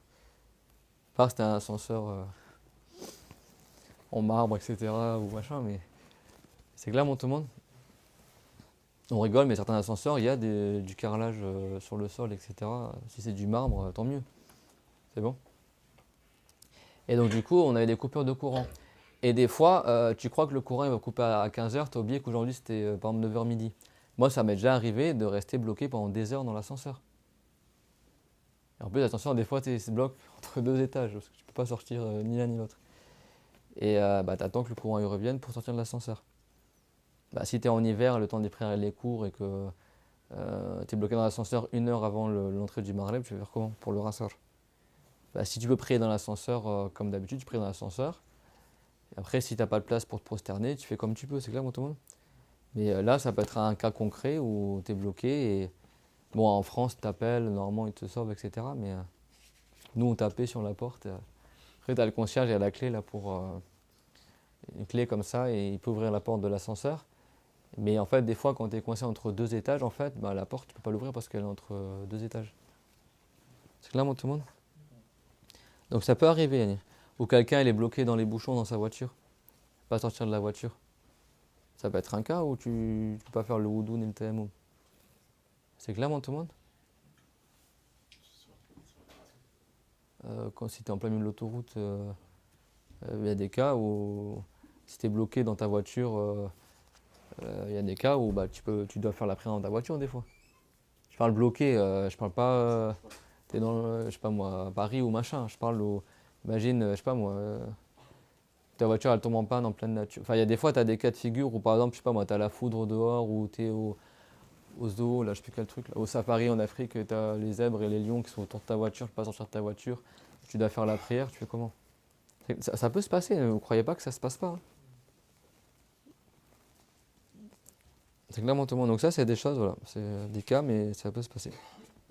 Que Dieu nous préserve, amin. Bon, la révision qui devait être rapide, finalement, elle a pris tout le cours, là. Alexis qui m'explique, comme ça, comme il y a beaucoup d'étaient absents, ça fait révision pour tout le monde. C'est qui m'explique l'histoire des 2 zones, etc. Donc si tu n'as pas d'eau du tout, c'est dans quel cas, à la base? Quand tu es en voyage, ou alors tu es en ville, mais dans les cas qu'on a cités. Si tu es chez toi, il n'y a pas d'eau dans le robinet, tu fais pas le tayammum, c'est clair? Sauf si tu es enfermé dans une cave ou machin, c'est clair, tout le monde? Donc si tu es en pleine nature, comment tu fais pour l'eau? Quand est-ce que tu cherches l'eau? Quand est-ce que tu cherches pas l'eau, etc. Celui qui connaît la zone, il Ouais. va regarder s'il y a de l'eau dans une distance de moins d'un demi-pourcent. S'il sait qu'il y a de l'eau. Alors celui qui connaît la zone, il y a 2 cas de figure. Soit il connaît la zone et il est sûr qu'il y a de l'eau, soit il connaît la zone et il est sûr qu'il n'y a pas de l'eau. C'est tout. C'est bon? لازم يعرفوا المحل يعني إما يعرفوا أن الماء موجود ولا يعرفوا أن الماء ليس موجودا. C'est bon? Celui qui va partir en vadrouille pour aller rechercher l'eau, d'ailleurs en réécoutant le cours, il vaut mieux dire comme ça, tu as cherché et recherché. Chercher, ça veut dire il sait que l'eau elle est là, il va la chercher. Rechercher, il ne sait pas où est-ce qu'est l'eau, donc il va la rechercher, c'est bon? Donc ça c'est pour celui qui ne connaît pas la zone. qui va rechercher l'eau, c'est bon? Donc celui qui connaît la zone, c'est qui me résume les 3 cas de figure là. Allez, vite fait. On l'a répété 4 fois déjà dans les cours précédents. Mais il y a le halat, celui qui sait, celui qui ne sait pas. Celui Ouais. qui connaît Ouais, dans le périmètre, ouais, 1400 mètres à peu près, ouais. il va chercher l'eau. Il est sûr qu'il y a de l'eau Voilà. et dans cette zone, il doit le chercher. Donc si quelqu'un, il connaît la région où il est, c'est bon? Et il sait qu'à moins de 1400 mètres, il y a de l'eau. Et il sait où est-ce qu'elle est l'eau. Et cette eau-là, elle est à 1400 mètres ou moins. Qu'est-ce qu'il fait? Il va chercher l'eau. Il va à l'endroit où elle est l'eau et il fait le wudu. C'est clair? Là, il n'a pas besoin de rechercher l'eau. Parce qu'il sait que l'eau, elle est là-bas déjà. Donc il va directement là-bas chercher l'eau. C'est bon? Tout le monde a compris? Tu as le deuxième cas de figure pour celui qui connaît la région. Il sait que l'eau est trop loin. Là, il sait qu'il y a de l'eau, mais il sait que l'eau, elle est à plus que 1400 mètres. Barid, Danielma, Barid. C'est bon? Ah, les enfants. C'est que l'eau, elle est dans la région, mais trop loin. Dans ce cas, qu'est-ce qu'il fait? Fait le tayammum. Et quand est-ce qu'on considère que l'eau, elle est trop loin? Quand elle est au-delà de la zone de proximité, qui est 1400 mètres. C'est bon? Selon un avis, selon notre avis, c'est environ 4000 mètres. Selon un avis, 3000 et quelques. C'est bon? C'est clair, mon tout le monde? Donc, si l'eau, elle est à 5 km, par exemple, ne va pas t'embêter à aller chercher l'eau. Tu fais directement le tayammum. Ça, c'est pour celui qui connaît la région et sait qu'il n'y a que de l'eau, mais cette eau-là, elle est à 5 km. C'est pas, il y a possibilité qu'il y a il y a de l'eau à autre part, c'est bon? Lui, il sait pertinemment que le seul endroit où il y a de l'eau, c'est à 5 km. Il n'y a pas autre eau que cela. Dans ce cas-là, il ne va pas chercher l'eau à 5 km, il fait le tayammum, c'est bon? Parce que l'eau, elle est considérée comme étant trop loin. Si l'eau, elle est à 300 mètres, à 1 km, tout ça, qu'est-ce qu'il fait? Il va le chercher. Il va le chercher et il ne fait pas le tayammum. C'est bon? Alors que dire celui qui est en salle de cours et l'eau, elle est dans le couloir ou elle est dans sa maison et l'eau est dans l'immeuble d'à côté? Évidemment, il va chercher l'eau. C'est clairement tout le monde? Ou dans le magasin en bas, etc. Taïb. Et après, le cas de figure où lui, il ne connaît pas la région. Donc c'est possible qu'il y ait de l'eau, c'est possible qu'il n'y ait pas de l'eau. Qu'est-ce qu'il fait? Il fait le tayammum. Soit il cherche dans ses provisions, ou il demande à ses périmètre compagnons de voyage, Ouais. Donc déjà, il cherche dans ses provisions, peut-être qu'il a oublié qu'il y avait de l'eau. Il demande à ses copains de voyage est-ce qu'ils ont de l'eau ou pas. Si ses copains de voyage, ils disent qu'ils ont de l'eau, mais ils ne le vendent que à 30 000 € la bouteille. Et lui, il a 30 000 € justement avec lui. c'est super au prix habituel. Soit il peut faire soit il peut acheter l'eau, Ouais. soit il n'achète pas l'eau. Pourquoi? Parce que c'est au-dessus du prix du marché. Parce qu'elle est au-dessus du prix du marché, c'est bon. Exprès, j'ai extrapolé l'exemple, mais bon. C'est bon. La bouteille, elle a 10 €, 5 €. Une bouteille d'eau, tu n'achètes pas à 5 €. C'est bon. Ben là, s'il veut et qu'il a l'argent, il achète l'eau, il fait le wudu. Et s'il veut, il n'achète pas l'eau, il fait le tayammum. Parce que là, l'eau, elle est vendue plus cher que le prix habituel. Par contre, si l'eau, elle est vendue au prix habituel et lui, il a l'argent pour acheter l'eau, est-ce qu'il fait le tayammum? Non. Il achète l'eau et il fait le wudu. Obligatoirement. C'est bon? Et donc, si lui, personne n'a trouvé de l'eau, personne lui vend de l'eau, et il ne connaît pas la région, du coup, il doit faire quoi alors? Il va à une distance où s'il appelle à l'aide. Dans ce cas-là, c'est dans ce cas-là où il va rechercher l'eau. Pras anilma. C'est pas il la cherche, il va la rechercher. Ça veut dire qu'il va aller fouiller dans la région, est-ce qu'il y a de l'eau ou pas, c'est bon?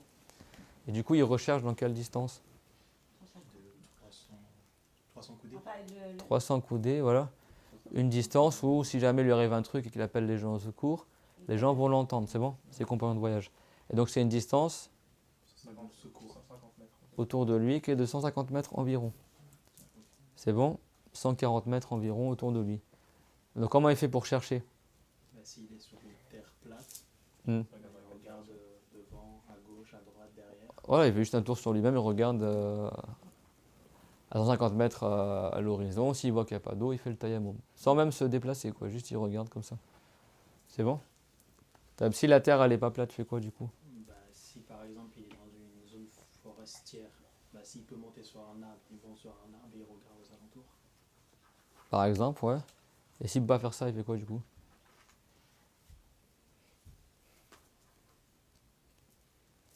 Eh bien, il fait des allers-retours dans ce périmètre-là, 140 mètres dans les 4 directions. C'est bon? De toute façon, c'est dans la nature, s'il y a de l'eau, il va y avoir des oiseaux, il va y avoir, tu vois, il y a des moyens de loin de savoir s'il y a de l'eau ou pas.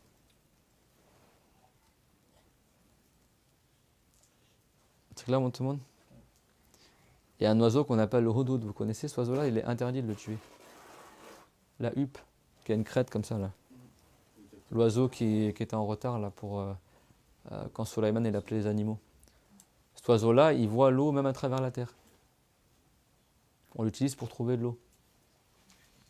Et c'est un oiseau qu'il est interdit de tuer.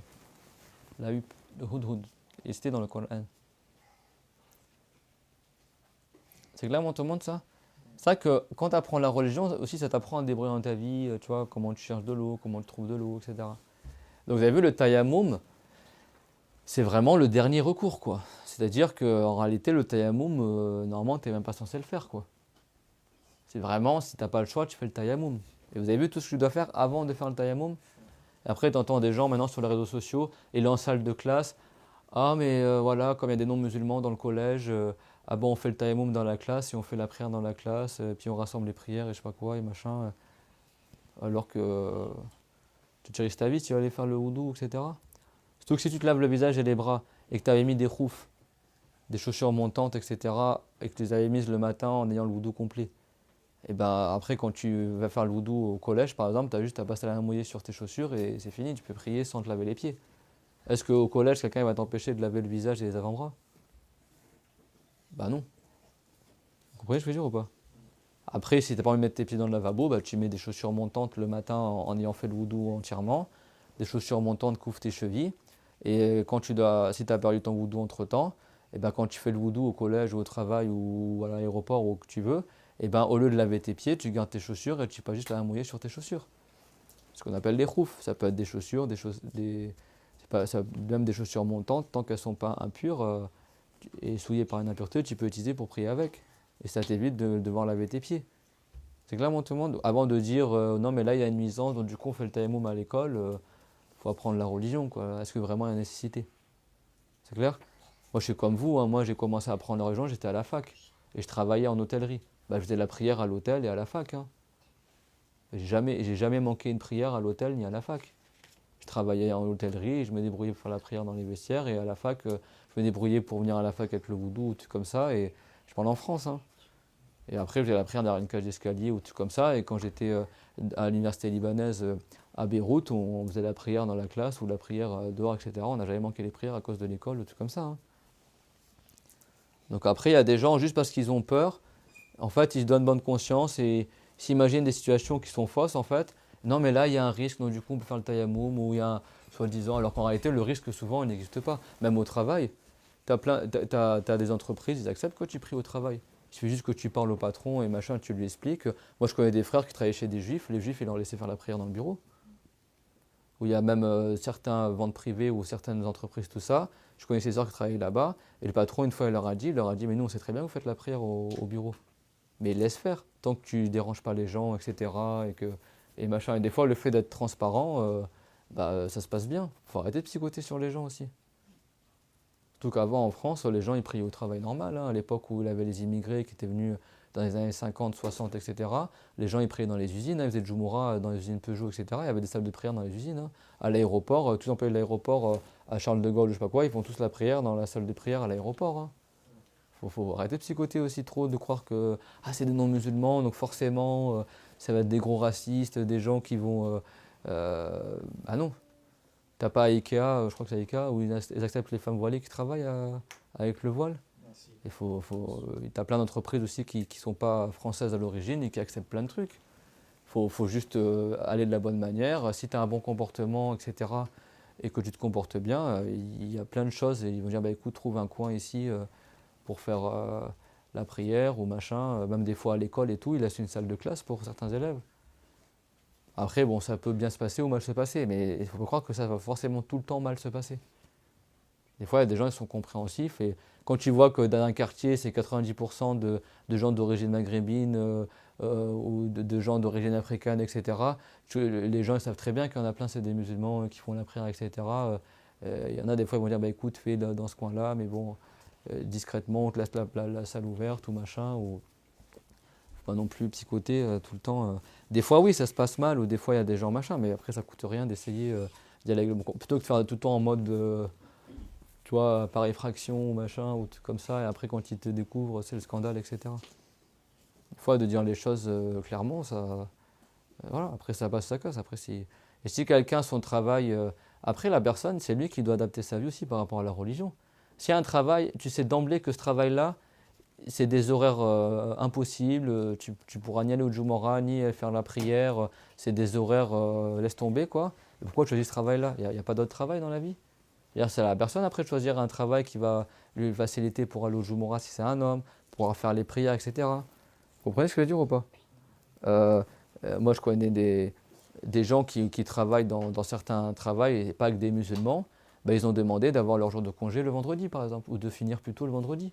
Et ils ont accepté, et du coup, il va au Jumu'ah tous les vendredis. Alors que le patron, c'est même pas un musulman. C'est clair? Et après, c'est à toi de... Et si tu vois que le travail ne te laisse aucune facilité et que tu vas te retrouver en galère pour toutes tes prières, etc., ne choisis pas ce travail-là, prends quelque chose d'autre. Après, c'est la personne d'organiser sa vie par rapport à la religion. C'est pas il s'enfonce dans des travaux impossibles vous comprenez ce que je veux dire ou pas? Des choses à se retrouver à faire que du haram, et après il va envoyer ses questions, qu'est-ce que je fais pour mes prières, ou on me demande de servir de l'alcool, on me demande de faire ci, on me demande de machin. Et pourquoi tu as choisi ce travail-là? Vous comprenez ce que je veux dire? Tout le monde a compris le sujet? وفرائض التيمم النقل أي نقل التراب. Parce qu'il y en a plein qui se retrouvent dans des situations délicates, mais en fait, ils demandent que tu les sauves et machin. Mais en fait, pourquoi tu as pris ce travail-là, en fait? Tu vois, on va faire des travails, par exemple, tu es aide à domicile, tu es toujours avec la personne, tu peux pas faire la prière, tu peux pas... le mec, il demande de te passer de l'alcool, du jambon, etc. Pourquoi tu choisis des travaux comme ça, en fait? Vous comprenez ce que je veux dire ou pas? Si tu travailles avec des non-musulmans, tu sais que tu pourras ni faire la prière, tu seras obligé de l'aider dans le haram, etc. Tu vas faire quoi? Vous comprenez ce que je veux dire ou pas? Après, le prophète, il a dit, celui qui délaisse quelque chose pour l'agrément de Allah, Dieu le remplace par quelque chose de mieux. Combien de gens ils ont délaissé les travaux haram et après Dieu leur a facilité un travail qui est halal? Combien ça arrivé à personne? Plein. Moi, l'hôtellerie, j'avais commencé, j'avais pas appris la religion. Après, quand j'ai vu qu'il y avait, parce que moi je faisais plusieurs choses dans l'hôtellerie, après quand j'ai commencé à apprendre, je me suis rendu compte qu'il y avait certains trucs que je faisais, ça aidait au péché. Du coup, j'ai arrêté cette partie-là. Je continuais dans l'autre partie, et après, au final, ils m'ont viré parce qu'ils voulaient maximiser au maximum le personnel, etc. Et comme moi, j'avais des fonctions que j'avais enlevées, etc. Donc du coup, après, ils voulaient optimiser au maximum les employés. Et comme il y a des choses que moi j'avais refusé de faire, à la fin, sans même que moi je quitte, ils m'ont enlevé. Et au final, après, j'ai trouvé beaucoup mieux que ça. Mais c'est pas quelqu'un, il accepte de rester dans le haram parce que soi-disant, non mais si je travaille pas, c'est Dieu qui te donne la subsistance. Toi, tu fais un truc qui est haram, tu auras quel baraka dans ta subsistance? Et tu as des gens, ils ne travaillent pas et Dieu leur donne la subsistance. Tu as des gens, ils travaillent, ils n'ont pas de subsistance. Ils travaillent jour et nuit, et ils ont des dettes, ils ont plein de trucs à payer, et leur argent, ils ne le voient jamais. N'est-ce pas? Et tu as des gens, ils gagnent peu, mais le peu d'argent qu'ils gagnent, ils font plein de choses avec. Et Dieu leur donne la baraka. C'est pas le travail qui crée la subsistance. Il est où Cookie? Est-ce que Cookie, le petit chat, il travaille? Est-ce qu'il a un master, un doctorat, etc. Il travaille ou pas les enfants, Cookie? Non. Est-ce qu'il arrive à manger? Est-ce qu'il mange Cookie? Oui. Il mange bien ou pas? Il est bien traité ici, le chat, ou pas? Il mange, et pourtant il ne travaille pas. Comment il fait pour avoir sa subsistance? Et pourtant il a une maison, il a un appartement et tout, machin, en région parisienne. Il n'a jamais travaillé de sa vie. Il ne parle même pas français, Cookie. Pourtant il est logé gratuitement en région parisienne. C'est clair pour tout le monde? C'est Dieu qui donne la subsistance. C'est pas que Dieu il a dit dans le sens ne tuez pas vos enfants par crainte de la pauvreté. Et Dieu l'a dit, c'est nous qui donnons la subsistance à vos enfants. Tu as des gens, à Billah, ils tuent leurs enfants par crainte de la pauvreté. Il y a quelques années en Angleterre, là, tu avais une famille qui était un peu pauvre, à la campagne, ils avaient 7 enfants, ils les ont enfermés dans la grange, ils ont mis le feu à la grange, ils ont tué leurs enfants. Parce que tellement ils n'avaient pas d'argent, soi-disant, ils ont tué leurs propres enfants. Après, ils ont fait style que c'était un accident, etc. Et après, ils ont vu que les portes étaient fermées, verrouillées, etc. Mais en fait, tellement ils n'arrivaient pas à gérer leur famille qu'ils ont tué leurs enfants. Et là, ça se faisait dans le passé. Dans le Coran, Dieu a dit que c'est haram de faire ça. Et il a dit, c'est nous qui, nahnu narzuquhum, c'est nous qui donnons la subsistance à vos enfants. Maryam alayhi salam, quand elle est née, sa mère Hanna, elle a invoqué Allah pour qu'elle soit préservée du shaitan et qu'il ait leur subsistance, tout ça. Maryam, quand elle était bébé, les savants ils disent qu'elle a parlé comme Isa quand elle était bébé. Elle grandissait en un jour, ce qu'un enfant il grandit en un an. Redam Maryam. Maryam en arabe, ça veut dire al-Abida, celle qui adore Allah.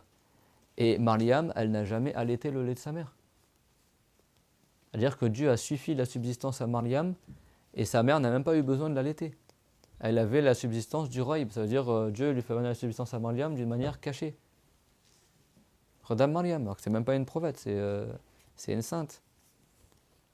Et même quand elle était plus grande et qu'elle priait dans le mihrab, et ben, quand Zacharia venait la rendre visite, il trouvait des fruits d'hiver en plein été, des fruits d'été en plein hiver, là où Maryam faisait la prière, sans que personne soit rentré dans la pièce.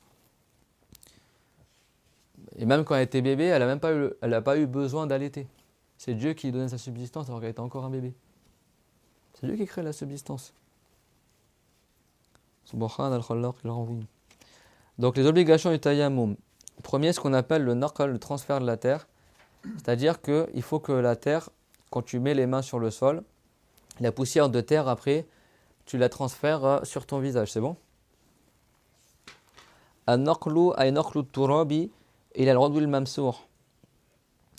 يعني التيمم لا يكفي أن الشخص يأتي التراب إلى وجهه وحده وهو ينوي التيمم. مثلا لو صفت الريح، مثلا هو في الصحراء فتهب الرياح فتحمل الغبار من التراب وهذا التراب يأتي على وجهه بدون هو يفعل شيئا، وحده التراب يأتي إلى وجهه فهو نوى التيمم، ما صح التيمم لأنه ليس هو بفعله نقل التراب إلى وجهه. فالركن الأول من التيمم، الفرض الأول للتيمم هو نقل التراب إلى العضو الممسوح. Donc, le premier pilier du tayammum, qu'est-ce qu'il dit dans le livre? Qu'est-ce qu'il dit? Les obligations du tayammum.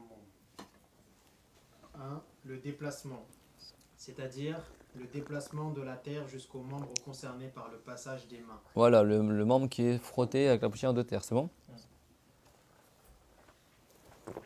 Donc les exemples ici, les savants ici, par exemple si quelqu'un est dans le désert, vous savez au Sahara, tout ça, vous avez déjà vu, je pense dans la télé, tout ça, des fois il y a, vous savez les chameaux, Dieu l'a dit, afala yanzuruna illa al-ibili kayfa khuliqat, ne voit-il pas le chameau comment il a été créé?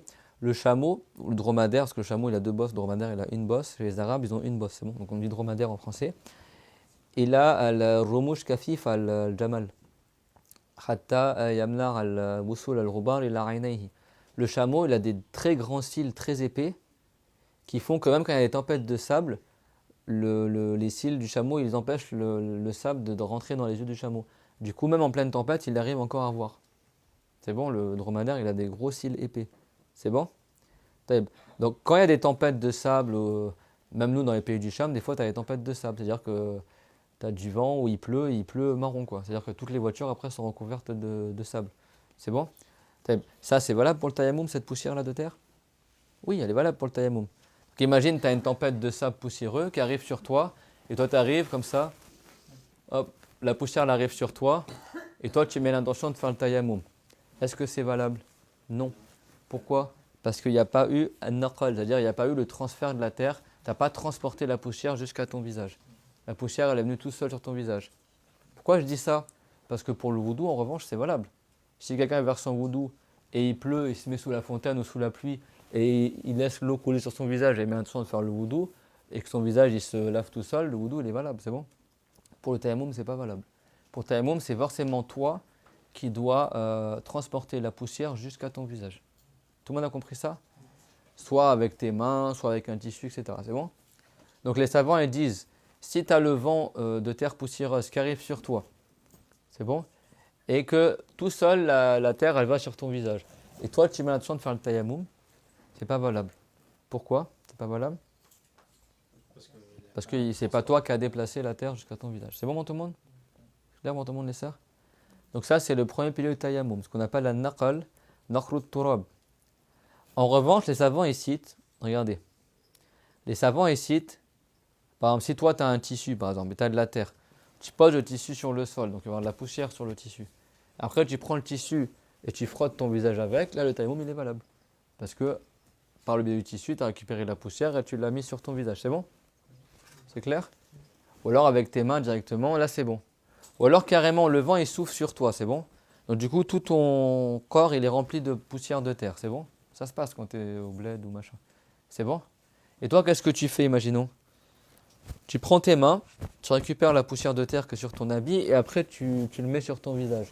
Est-ce que le tayammum il est valable ici? Oui. C'est bon? Parce que même si c'est le vent qui a ramené la poussière sur toi, toi après tu as récupéré la poussière qui n'est pas sur ton visage et tu l'as mis sur ton visage. C'est bon? Là c'est valable. Ou tu l'as pris sur quelqu'un d'autre par exemple, après tu l'as mis sur ton visage. C'est clair tout le monde? L'important c'est que le transfert de la terre, le déplacement de la terre à ton visage ou la poussière de terre, bien sûr on s'entend, on se comprend, c'est toi qui l'as fait. C'est par ton acte à toi. C'est clair? C'est comme on le verra, l'intention de faire le tayammum pour se rendre permise de la prière. Vous vous rappelez, c'est pas valable de mettre l'intention de faire le tayammum tout seul. C'est tu mets l'intention de te rendre permis de la prière. Il n'y a qu'une seule intention qui est valable pour le tayammum, c'est de se rendre permise de la prière. C'est bon? Donc, lui, il met cette intention-là, pas juste au moment où la terre elle touche son visage comme dans le wudu.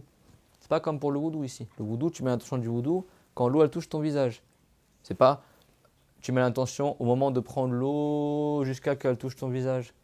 Non, dans le wudu, dès que l'eau touche ton visage, tu mets l'intention du wudu, c'est bon? Pour le tayammum, c'est pas pareil. Pour le tayammum, quand tu mets tes mains dans la terre, tu mets l'intention de te rendre permise de la prière et l'intention elle dure jusqu'à que la terre elle arrive sur ton visage. C'est clair? C'est-à-dire que l'intention, elle doit être au minimum au début et à la fin. Certains savants, ils ont dit pendant toute la durée du transfert de la terre, il y a l'intention. Certains, ils ont dit si l'intention, elle était présente durant le transfert, même si entre les deux, il a pensé à autre chose, puis après, il a eu l'intention, ça reste valable. C'est bon? La Bouddha an takuna niyya muqtarinan bin naql. وبعض الشافعية قالوا لابد أن تستديم النية يعني مدة النقل يعني من وقت أنه ضرب التراب حتى يصل التراب إلى وجهه. C'est clair, donc là ça nous amène au deuxième pilier du tayammum. والنية كنية استباحة فرض الصلاة أو استباحة الطواف أو مس المصحف ويجب أن تكون النية مقترنة بنقل التراب إلى العضو الممسوح وأن تستدام إلى أن يمسح جزءا من الوجه. Donc vas-y, deuxième pied du tayammum, c'est quoi? Donc 2, l'intention. Par exemple, l'intention de se rendre permis l'accomplissement de l'obligation de la prière. De se rendre permis les tours rituels autour de la Kaaba ou de toucher le livre du Coran, Al-Mushaf. Il est un devoir... Mariam, j'accepte pas que tu discutes pendant le cours là. Déjà ça me dérange et en plus je pense que la soeur avec qui tu discutes, du coup ça l'empêche d'écouter le cours. Je pense qu'elle est venue pour écouter le cours et pas pour discuter avec vous. D'accord? Après le cours au goûter, vous pourrez discuter mais pas pendant le cours. Parce que le shaitan aussi, il peut passer par les enfants pour perturber dans le cours. C'est pour ça que vous, si vous voyez que des enfants, ils jouent avec vous pendant le cours, c'est pas pour pas chagriner l'enfant, tu joues avec lui et tu loupes le cours. Non. C'est-à-dire toi-même, vous-même, s'il y a des enfants qui viennent vous voir, vous-même, vous êtes autorisé à participer à l'éducation de l'enfant. Si tu dis à l'enfant, tais-toi, écoute le cours, par exemple, c'est bon? Pas parce que des enfants, du coup, on va jouer avec lui, toi tu manques le cours, et l'enfant, il manque le cours, et en plus, tu perturbes les gens qui sont autour de toi, et au final, tout le groupe des sœurs, là, ils sont en train de patienter depuis tout à l'heure parce qu'il y a du chuchotement pendant tout le cours. C'est clair, tout le monde? Et vous-même, c'est dans l'intérêt aussi des enfants, et c'est pas... c'est clair, tout le monde? Même les enfants, dans le passé, les savants, ils ramenaient les enfants, bien sûr, tant qu'ils ne sont pas trop petits pour ne pas perturber le cours, et les ramenaient dans l'assemblée de sciences pour que les enfants s'habituent à écouter les cours, à apprendre la religion. Comme ça, quand ils grandissent, ils ont cette tradition-là. C'est clair, tout le monde?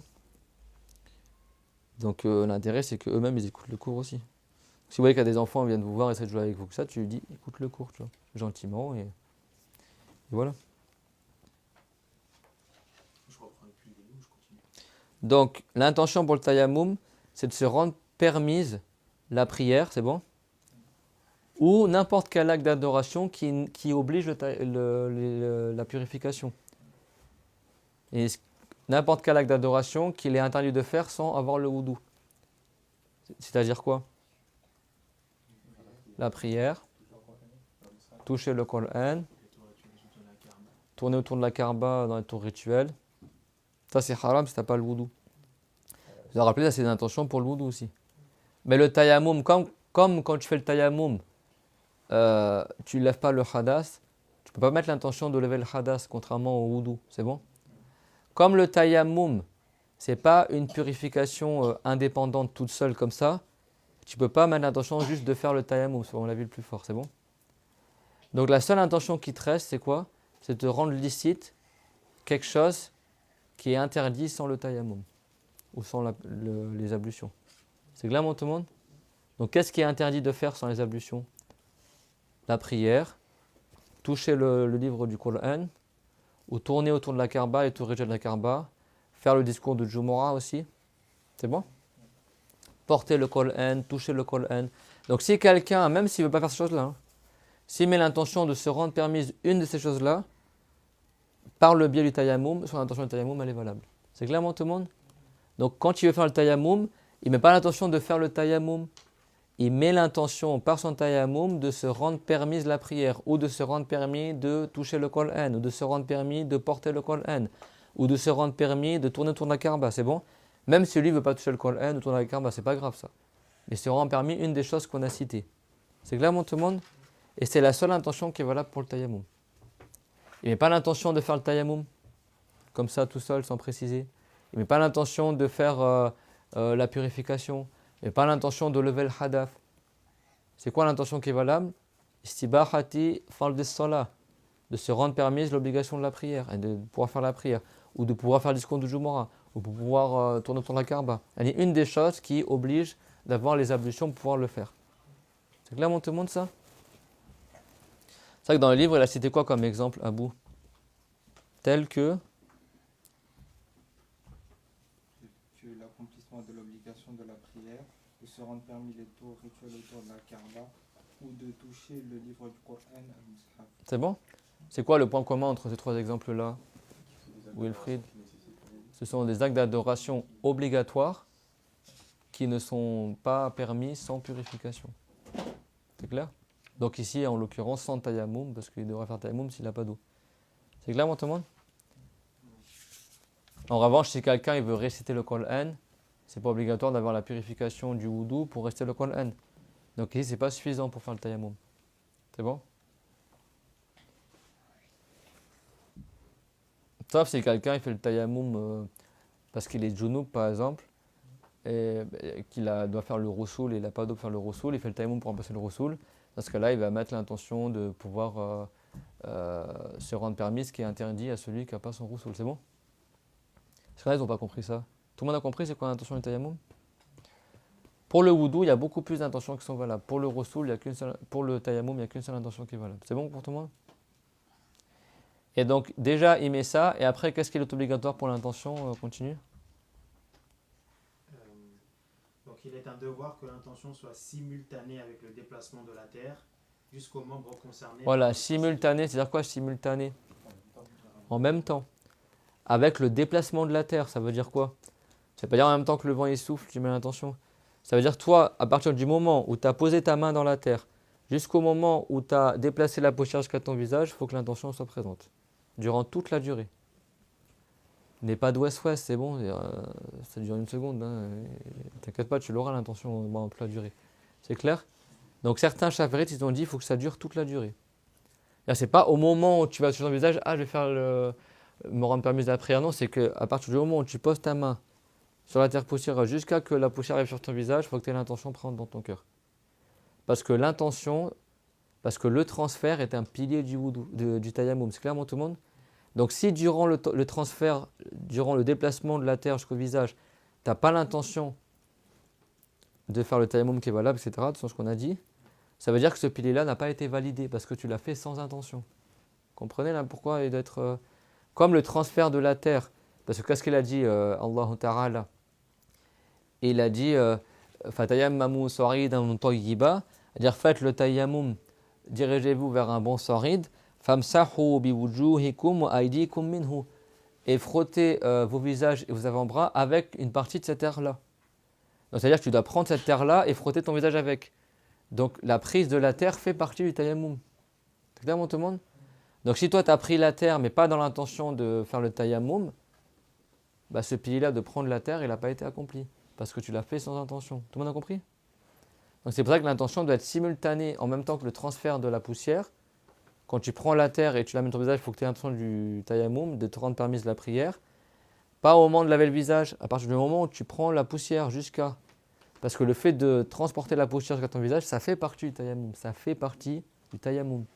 C'est clairement tout le monde? Donc tu dois mettre l'intention à ce moment-là. Pas une fois que la poussière est sur ton visage.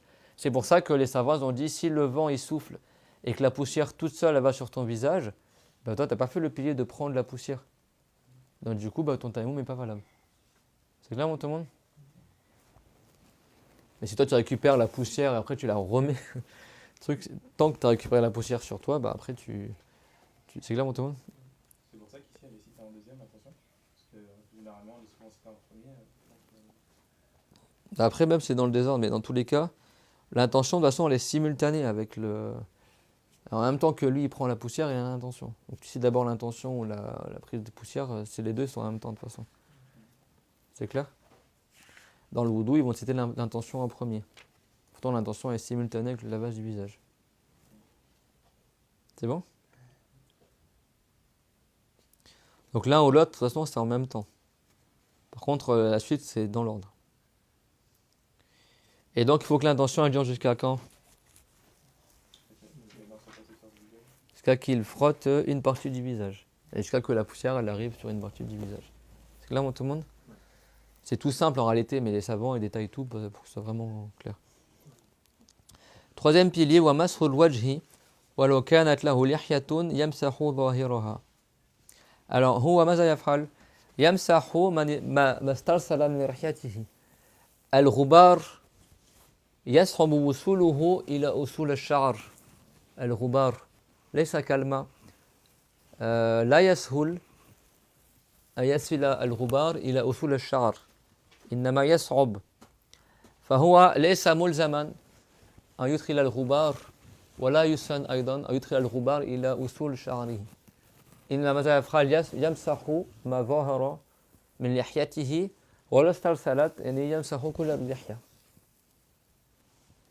ويمسح الوجه كليته والعين ويمسح تحت الأنف تحت الأرنبة وعلى ما ظهر من الشفتين لا ينسى هنا بالغبار لكن لا يلزمه أن يخلل أصابعه بلحيته إنما يمسح الظاهر وإذا طالت لحيته يمسح ما استرسل من لحيته.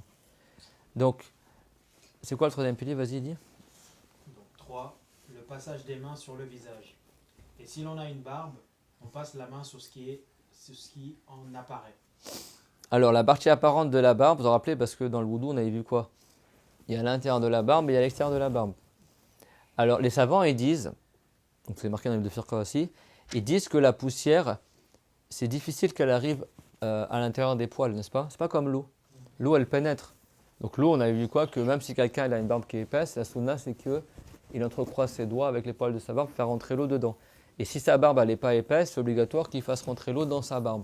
De sorte que l'eau, elle lave et elle coule sur la partie apparente de la peau. C'est bon? La poussière, c'est pas pareil. C'est trop dur de faire rentrer la poussière dans la barbe, même si la barbe, elle n'est pas épaisse. Donc pour le tayammum, même si tu as une barbe qui n'est pas épaisse, quel que soit l'état de ta barbe, à un bout, c'est suffisant de frotter la partie apparente de la barbe. C'est clair, tout le monde? C'est clair, tout le monde? Et c'est même pas sunna qui passe les doigts comme ça dans la barbe. Juste, il frotte avec la poussière la partie apparente de la barbe. Et si la barbe, elle est longue, d'accord? Il frotte jusqu'au bout de sa barbe. C'est bon? Sachant que la barbe en arabe, c'est ce qui pousse sur le menton. C'est pas Wilfried? Et bon, après, c'est tout ça, quoi. C'est bon? C'est clair? Donc c'est plus facile que pour le wudu.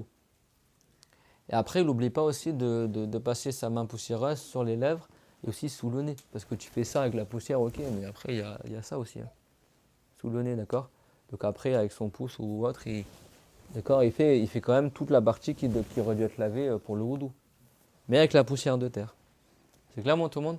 Mais ce n'est pas nécessaire qu'il fasse rentrer la poussière à l'intérieur des sourcils, à l'intérieur de la barbe, des moustaches, etc. Juste, il frotte la partie apparente. C'est clair, tout le monde, ça? Donc ça, c'est le troisième pilier, qui est le fait de frotter le visage, et c'est dans l'ordre. Comme le prophète, il a dit, alayhi salatu wassalam, et comme Dieu, il a dit, famsahu biwujuhikum wa aydikum minhu. Frottez vos visages et vos avant-bras à partir de cette terre-là. Alors ici, les savants, ils ont dit, on applique les mêmes règles que pour la ayat du wudu. Vous vous rappelez la ayat du wudu? Si vous voulez faire la prière, ya ayyuhalladhina amanu idha qumtum ila as-salah, on a vu l'ordre. Vous vous rappelez tout ce qu'on avait dit pour l'ordre dans le wudu? Qu'on fait comme dans le même ordre que la ayat, ça a été cité, etc. Les savants, ils ont dit, on applique la même chose pour le tayammum. On suit le même ordre que Dieu a cité dans le tayammum. Famsahu biwujuhikum wa aydikum minhu. Frottez avec cette terre-là vos visages et vos bras. Donc on fait d'abord le visage et après les bras. Donc si tu fais dans le désordre, c'est pas valable le tayammum. Ce n'est pas valable. Ruknu al-rabi' al-fard al-rabi' al-tayammum wa mashu al-yadayn ma'a mirfaqayn kama fi al-wudu. Yani كذلك يمسح المرفق يعني مجتمع الساعد والعضد. أما في مذهب مالك فيكفي مسح الكفين على قول وهو مشهور المذهب الراجح. عند المالكية المشهور عندهم أنه يكفي أن يمسح فقط الكفتين مع القوع يعني إلى المعصم. هذا عند المالكية. لكن يسن لخروجا من الخلاف أن يمسح إلى المرفقين. لكن عندهم المشهور أنه يكفي الكفتان. أما عند الشافعي لا يكفي. أن اليد قد يطلق على الكف كذلك. لكن عند الشافعي لا يكفي هذا.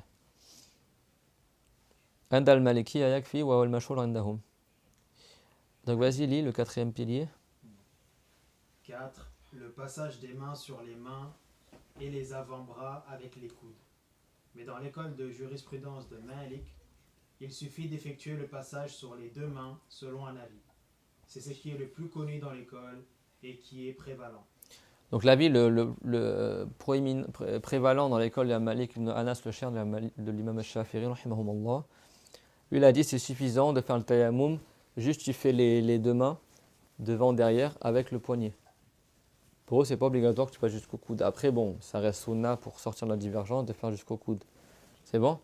Donc, chez les Malikites, tu peux faire avec la pierre et en plus, tu peux juste te contenter de faire le visage et les mains jusqu'au poignet.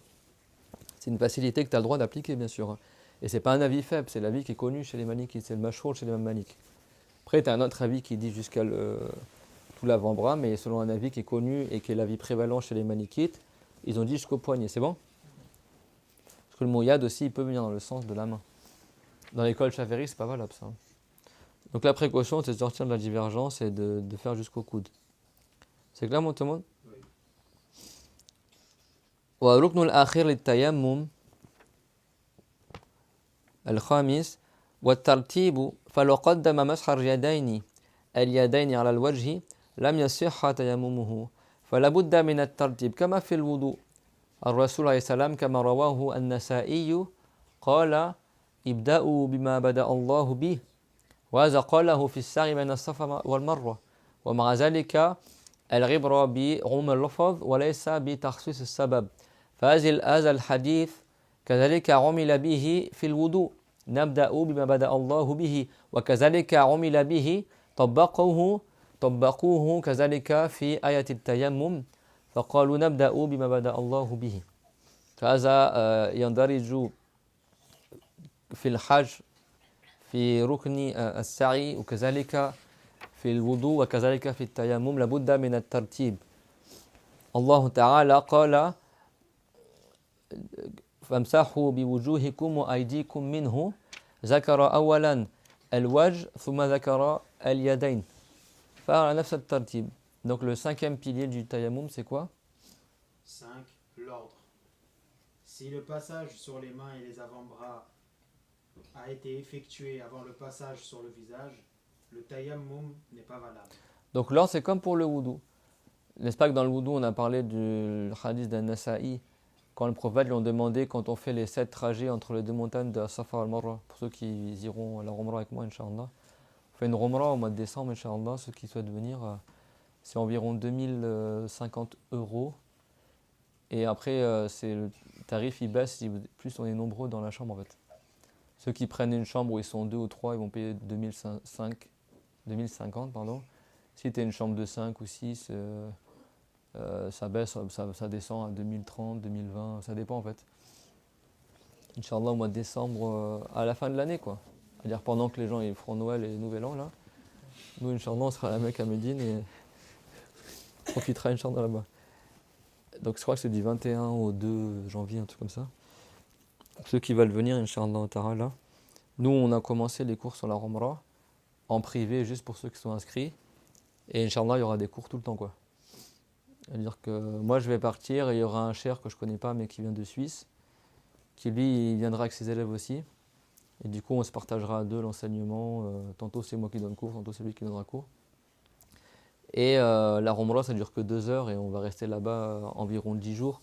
Donc après tout le reste on visitera les lieux saints, on ira les endroits où le prophète a reçu la révélation, les endroits à Uhud, à la mosquée du prophète, à Quba, enfin, les lieux saints habituels. Et Inch'Allah, il y aura des cours aussi. Moi, je préparerai des cours sur ces lieux, etc., sur l'histoire un peu. Ce que les savants ils ont rapporté par rapport à ce sujet-là, etc.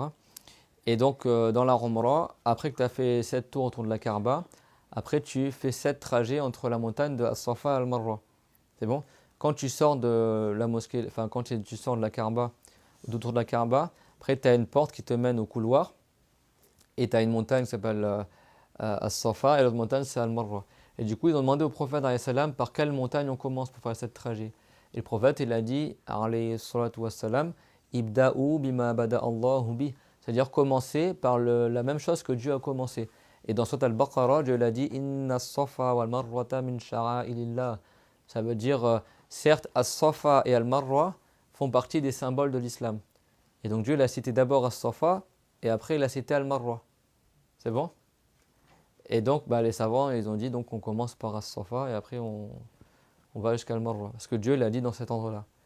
Et donc là c'est un hadith qui est rapporté par An-Nasa'i. Et du coup les savants ils ont extrapolé le sens du hadith et ils ont dit, comme le prophète il a dit une parole générale, n'est-ce pas, il a dit ibda'u bima bada Allahu bi. Ça veut dire commencer par ce que Dieu a cité en premier. Il n'a pas dit pour le hajj, faites comme ça. Il a dit de manière générale.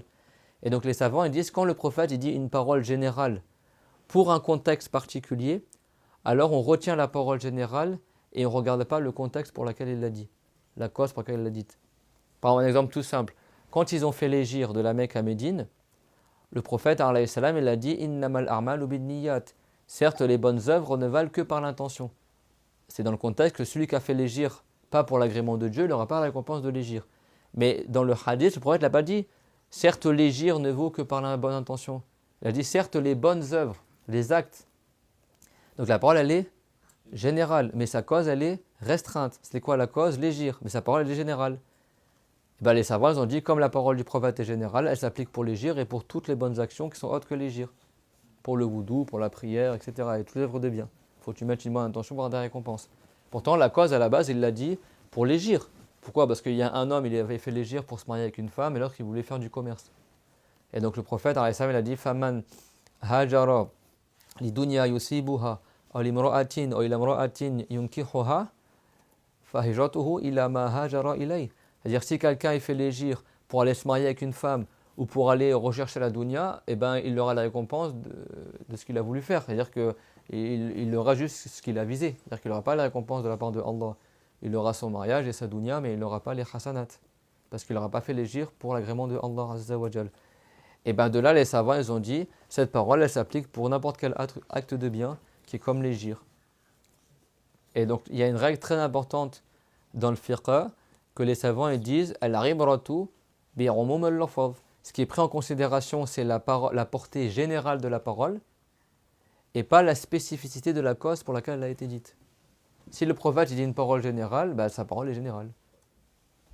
Comme le hadith Man sanna fil islam sunnatan hasana, quand il y a eu des pauvres, des gens très pauvres, très miséreux sont venus voir le prophète alayhi salam et ils ont demandé de l'aide Et le prophète demandait aux compagnons d'aider et chacun il a ramené des aumônes, ils ont tout rassemblé pour ces pauvres-là. Et de manière apparente, c'est la première fois qu'il faisait un truc comme ça, comme une sorte de cagnotte en fait. Et le prophète, tellement il était content que son visage il a changé et il a dit celui qui innove une bonne tradition en islam, il en aura la récompense. Les wahhabites ils vont te dire ah mais ça le prophète il a dit que pour l'aumône, il n'a pas dit pour le maulid ou pour autre chose. Mais qu'est-ce qu'on répond? On dit ce qu'il prend en considération, c'est pas la spécificité de la cause pour laquelle le prophète a dit ça, mais c'est la portée générale de sa parole. Le prophète a dit celui qui innove une bonne tradition, il n'a pas dit celui qui a innové ces aumônes-là, il aura la récompense. Vous avez compris ou pas? Il a dit une parole générale.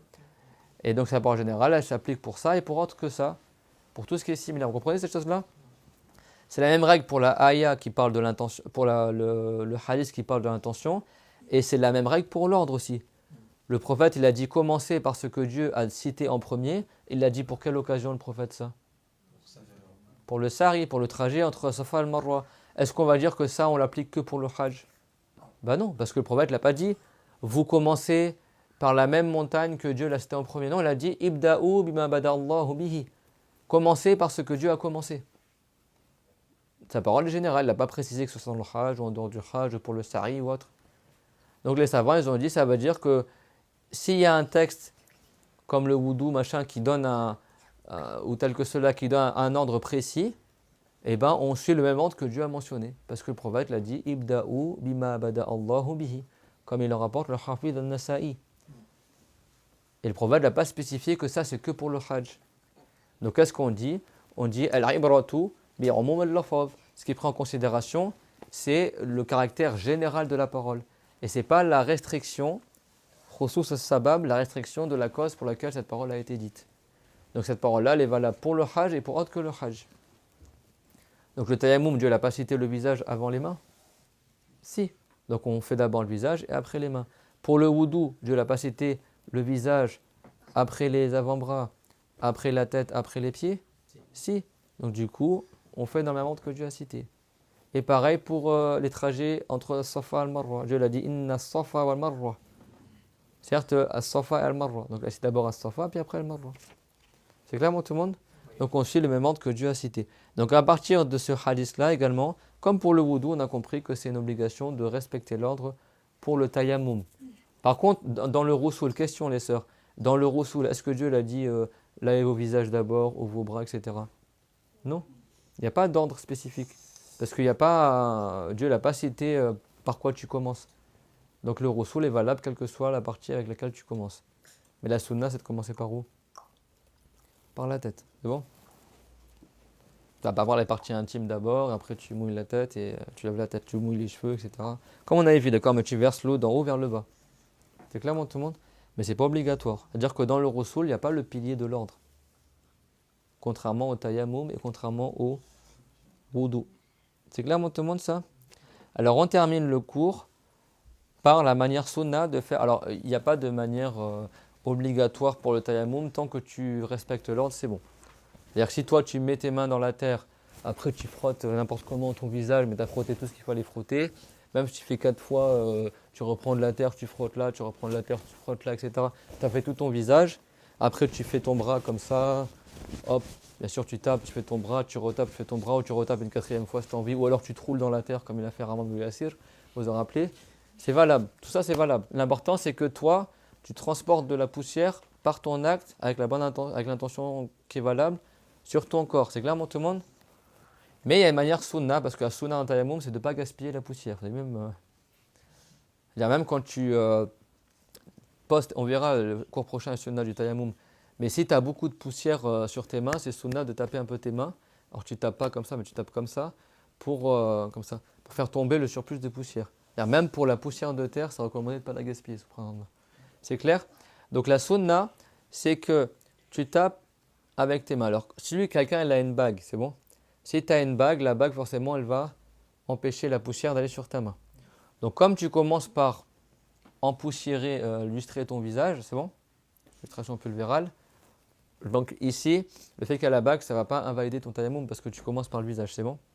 Mais c'est recommandé de l'enlever quand tu tapes la première fois, comme on le verra dans le livre la semaine prochaine, c'est bon? Ou même si tu l'as, tu écartes les doigts pour qu'il y ait plus de poussière, tu poses tes mains. Alors quand tu tapes, c'est-à-dire que tu poses dans la terre, c'est pas forcément que tu tapes. C'est bon? tu as la poussière sur tes mains. C'est bon? Avec tes deux mains, tu fais le visage, c'est bon? Hop, et n'oublie pas de faire sous le nez, c'est bon? Et également sur les lèvres, c'est bon? Après, tu retapes. Par contre, là, quand tu retapes la deuxième fois, ce sera pour les mains et les bras. Donc là, c'est obligatoire que tu enlèves ta bague. Parce que sinon, la poussière, elle ne va pas aller là où il y a ta bague. Dans tous les cas, c'est sunna, c'est d'enlever la bague dès le début du tayammum. Donc, tu enlèves ta bague, tu retapes dans la terre, c'est bon? Et là, qu'est-ce que tu vas faire? Donc, en théorie, tu as quoi? Tu as la poussière qui est sous la paume de ta main. C'est-à-dire là, sous tes doigts et sous la paume, c'est bon? Très bien. Donc, tu commences par le bras droit. Tu vas mettre le dos de tes doigts, pas la paume, hein, juste le dos de tes doigts, à l'intérieur des 4 doigts, là, pas du pouce, juste les 4 doigts, c'est bon? Tout le monde voit ce que les sœurs, c'est bon pour vous? Donc, tu vas commencer par laver ces bras-là. Donc, cette main-là, juste les doigts, tu vas les mettre derrière tes doigts de la main droite, c'est bon?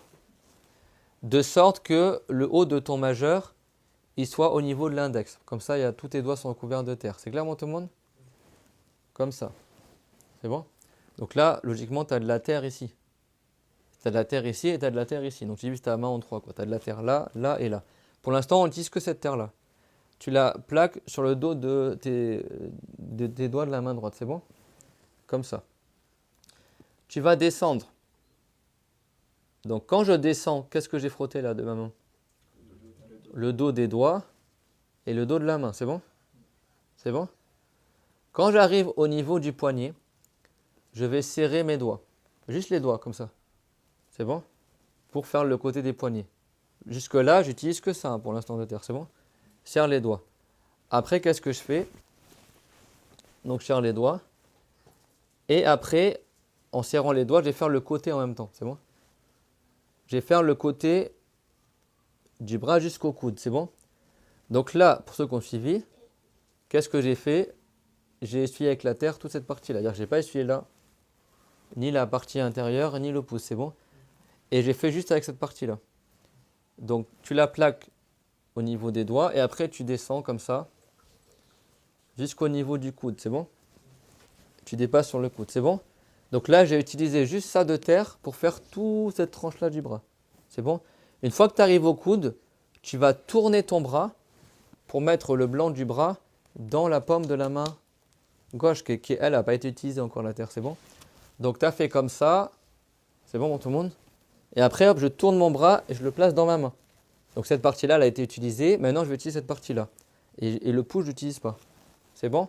Donc, je mets l'intérieur de mon bras dans la paume de ma main. Et après, je vais remonter ici. C'est bon? C'est clair, tout le monde? Je vais remonter là. Donc, ça veut dire que j'ai utilisé ça, j'ai frotté avec la terre, tout ça, jusqu'au coude. Donc, j'ai déjà fait la moitié de mon bras. Après, quand je tourne mon bras dans la paume, maintenant, la partie de la paume qui n'a pas été encore utilisée avec la terre, je vais frotter tout l'intérieur de mon bras. Qu'est-ce qui reste à frotter? Bah non, parce que tu as tapé dans la main, sur la terre. Il reste le haut du pouce.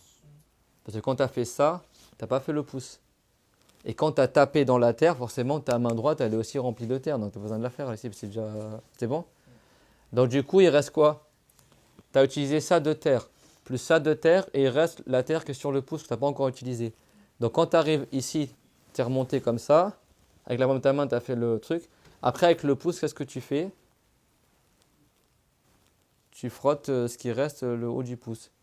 Soit tu fais comme ça, ou soit tu fais comme ça. Bon, l'important, c'est que tu utilises la terre qui est sur le pouce là pour faire le dos de ce pouce là. Et du coup, en 2 temps 3 mouvements, tu as fait l'ensemble de ton bras sans utiliser beaucoup de terre. Tu fais juste ça, hop, hop, hop, hop, hop. Si tu es bien rodé, en 3 secondes, tu fais ça, hop, c'est bon, j'ai frotté le truc. C'est bon? Après, cette main-là, tu ne l'as pas encore utilisée, à l'intérieur de la main. Tu fais la même chose avec l'autre bras. C'est-à-dire que tu vas mettre, du coup, le dos de ton bras gauche sur les doigts qui sont là, sans dépasser avec ton majeur, c'est bon? Et tu vas descendre comme ça. Je fais le dos de mon bras gauche, c'est bon? Là, j'ai utilisé la poussière de mes doigts. Après, il me reste donc quoi? La poussière qui est là et la poussière qui est là. Ça, j'ai utilisé pour faire le dos de la main, c'est bon? Donc là, quand j'arrive là, j'arrive au poignet, je serre avec mes doigts. Et avec le bout des doigts, je vais faire le côté du bras aussi, c'est bon? Tout le monde est avec moi là? Tac. Quand j'arrive au coude, je tourne mon bras pour arriver dans la paume de ma main. Maintenant, je vais utiliser la paume de ma main. Je remonte, je fais le dessous du bras jusqu'au poignet. Donc là, j'ai frotté le dessous du bras. Il me reste la terre qui reste sur le pouce et je fais le dessus de mon autre pouce. C'est bon? Et après, tu fais ça. Tu entrecroises tes doigts pour que la poussière entre les doigts. Et tu fais ça. Et c'est terminé. C'est clair, tout le monde? Et ça, bon, c'est pas rapporté dans les textes. Hein. Mais c'est la manière sunna que les savants, ils ont déduite. Et la plupart des savants, al-jumhur, istahabbuha, azid taliqa. Ils ont taliqa al-mustahabba and al-jumhur. D'accord? Après, si tu n'as pas fait le tayammum comme ça, c'est pas grave, d'accord? Même si tu as fait en 3 coups, 4 coups, mais au minimum 2 coups. Si quelqu'un il fait tout son tayammum avec une seule frappe dans la terre, c'est pas valable. Hein. Par exemple, il se débrouille, il fait une frappe comme ça, juste avec la main, il fait son visage, et après avec la deuxième main, il se débrouille pour faire les 2 bras, c'est pas valable. C'est clair, tout le monde? Il faut une frappe minimum pour le visage et une frappe minimum pour les 2 bras. Alors si quelqu'un il fait une frappe pour ce bras-là, après il retape faire ce bras-là, ça reste valable. C'est bon, mais au minimum, il faut qu'il fasse son visage avec une frappe et ses 2 bras avec une frappe. Kama jaa fil hadith, dans le batan lil wajhi ou dans le batan lil yadayn. Une frappe, une prise de terre pour le visage et une prise de terre pour les 2 avant-bras. Et comme ça, on aura vu le tayammum. La semaine prochaine, on verra les sunnas. Tout le monde a compris? Alors, vous avez vu le tayammum, en réalité, c'est super simple. Mais bon, quand tu expliques tout en détail, ça fait un peu technique. Mais en réalité, vous, à la maison, essayez de le mettre en application. Tu verras que c'est simple. C'est bon? Tu as vu, le musulman, ça veut dire que normalement, il doit être tout terrain, le musulman. C'est-à-dire que si demain, tu te retrouves dans la campagne, je sais pas où, ou dans la guerre, tout ça, tu devras, normalement, tu es censé savoir qu'est-ce que je fais, comment je vais faire la prière, comment je vais faire le tayammum, de quelle manière je le fais, etc. C'est clair, tout le monde? Et donc, si toi, tu n'as pas de terre, tu peux prendre l'avis des Hanafites ou Malikites que tu fais avec une pierre. Même si elle est humide, même si elle n'est pas poussiéreuse, la terre. Si ils ont des questions sur ce qu'on a vu, le tayammum. C'est clair, tout le monde, les sœurs, ça va? La reprise, elle n'est pas trop violente? Pas traumatisée? On vient juste de revenir, le cher.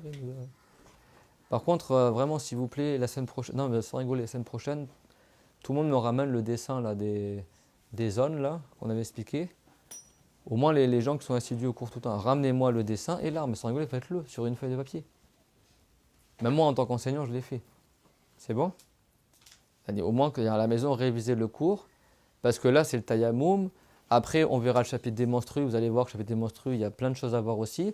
Après, on fera le livre de la prière. Après, on fera le livre de la zakat. On fera le livre du jeûne. Et tout ça, ça s'ajoute. Donc, si les cours, tu ne les travailles pas au fur et à mesure, à la fin, tu vas tout oublier. Tu vas tout oublier. Et ça, c'est le minimum obligatoire. Ça veut dire que tu es censé le maîtriser. De sorte que si demain, tu n'as pas d'eau, tu sais comment faire pour le tayammum, etc. Donc, c'est des sujets que, normalement, si tu les oublies, c'est un devoir que tu les rapprennes. Donc, maîtrisez-les au fur et à mesure qu'on les voit, qu'on les apprenne. C'est clair, tout le monde? C'est bon, les enfants, pour vous, prêts pour faire le tayammum? Que Dieu vous préserve. En tout cas, c'est un plaisir de vous revoir tous, machallah. Que Dieu vous récompense. Et Inch'Allah, on continuera la semaine prochaine dans la suite du livre. Même si vous ne maîtrisez pas tout, moi, je demande qu'au minimum, vous maîtrisez ce qui est marqué dans le livre. Parce que c'est le minimum à savoir. C'est bon? وآخر دعوانا أن الحمد لله رب العالمين وصلى الله على محمد وعلى جميع النبيين ربنا آتنا في الدنيا حسنة وفي الآخرة حسنة وقنا عذاب النار ربنا لا تزغ قلوبنا بعد إذ هديتنا وهب لنا من لدنك رحمة إنك أنت الوهاب اللهم ارض عنا محمدا خير الجزاء وسائر النبيين واغفر لنا وللذين سبقونا بالإيمان وارحم شيخنا رحمة واسعة ووالديه ومشايخه ومشايخ المسلمين المخلصين والحمد لله وصلى الله على محمد وعلى جميع النبيين لا إله إلا الله اللهم صل على محمد وعلى آله وصحبه وسلم رب اغفر لي والمؤمنين والمؤمنات بارك الله فيكم وأحسن الله إليكم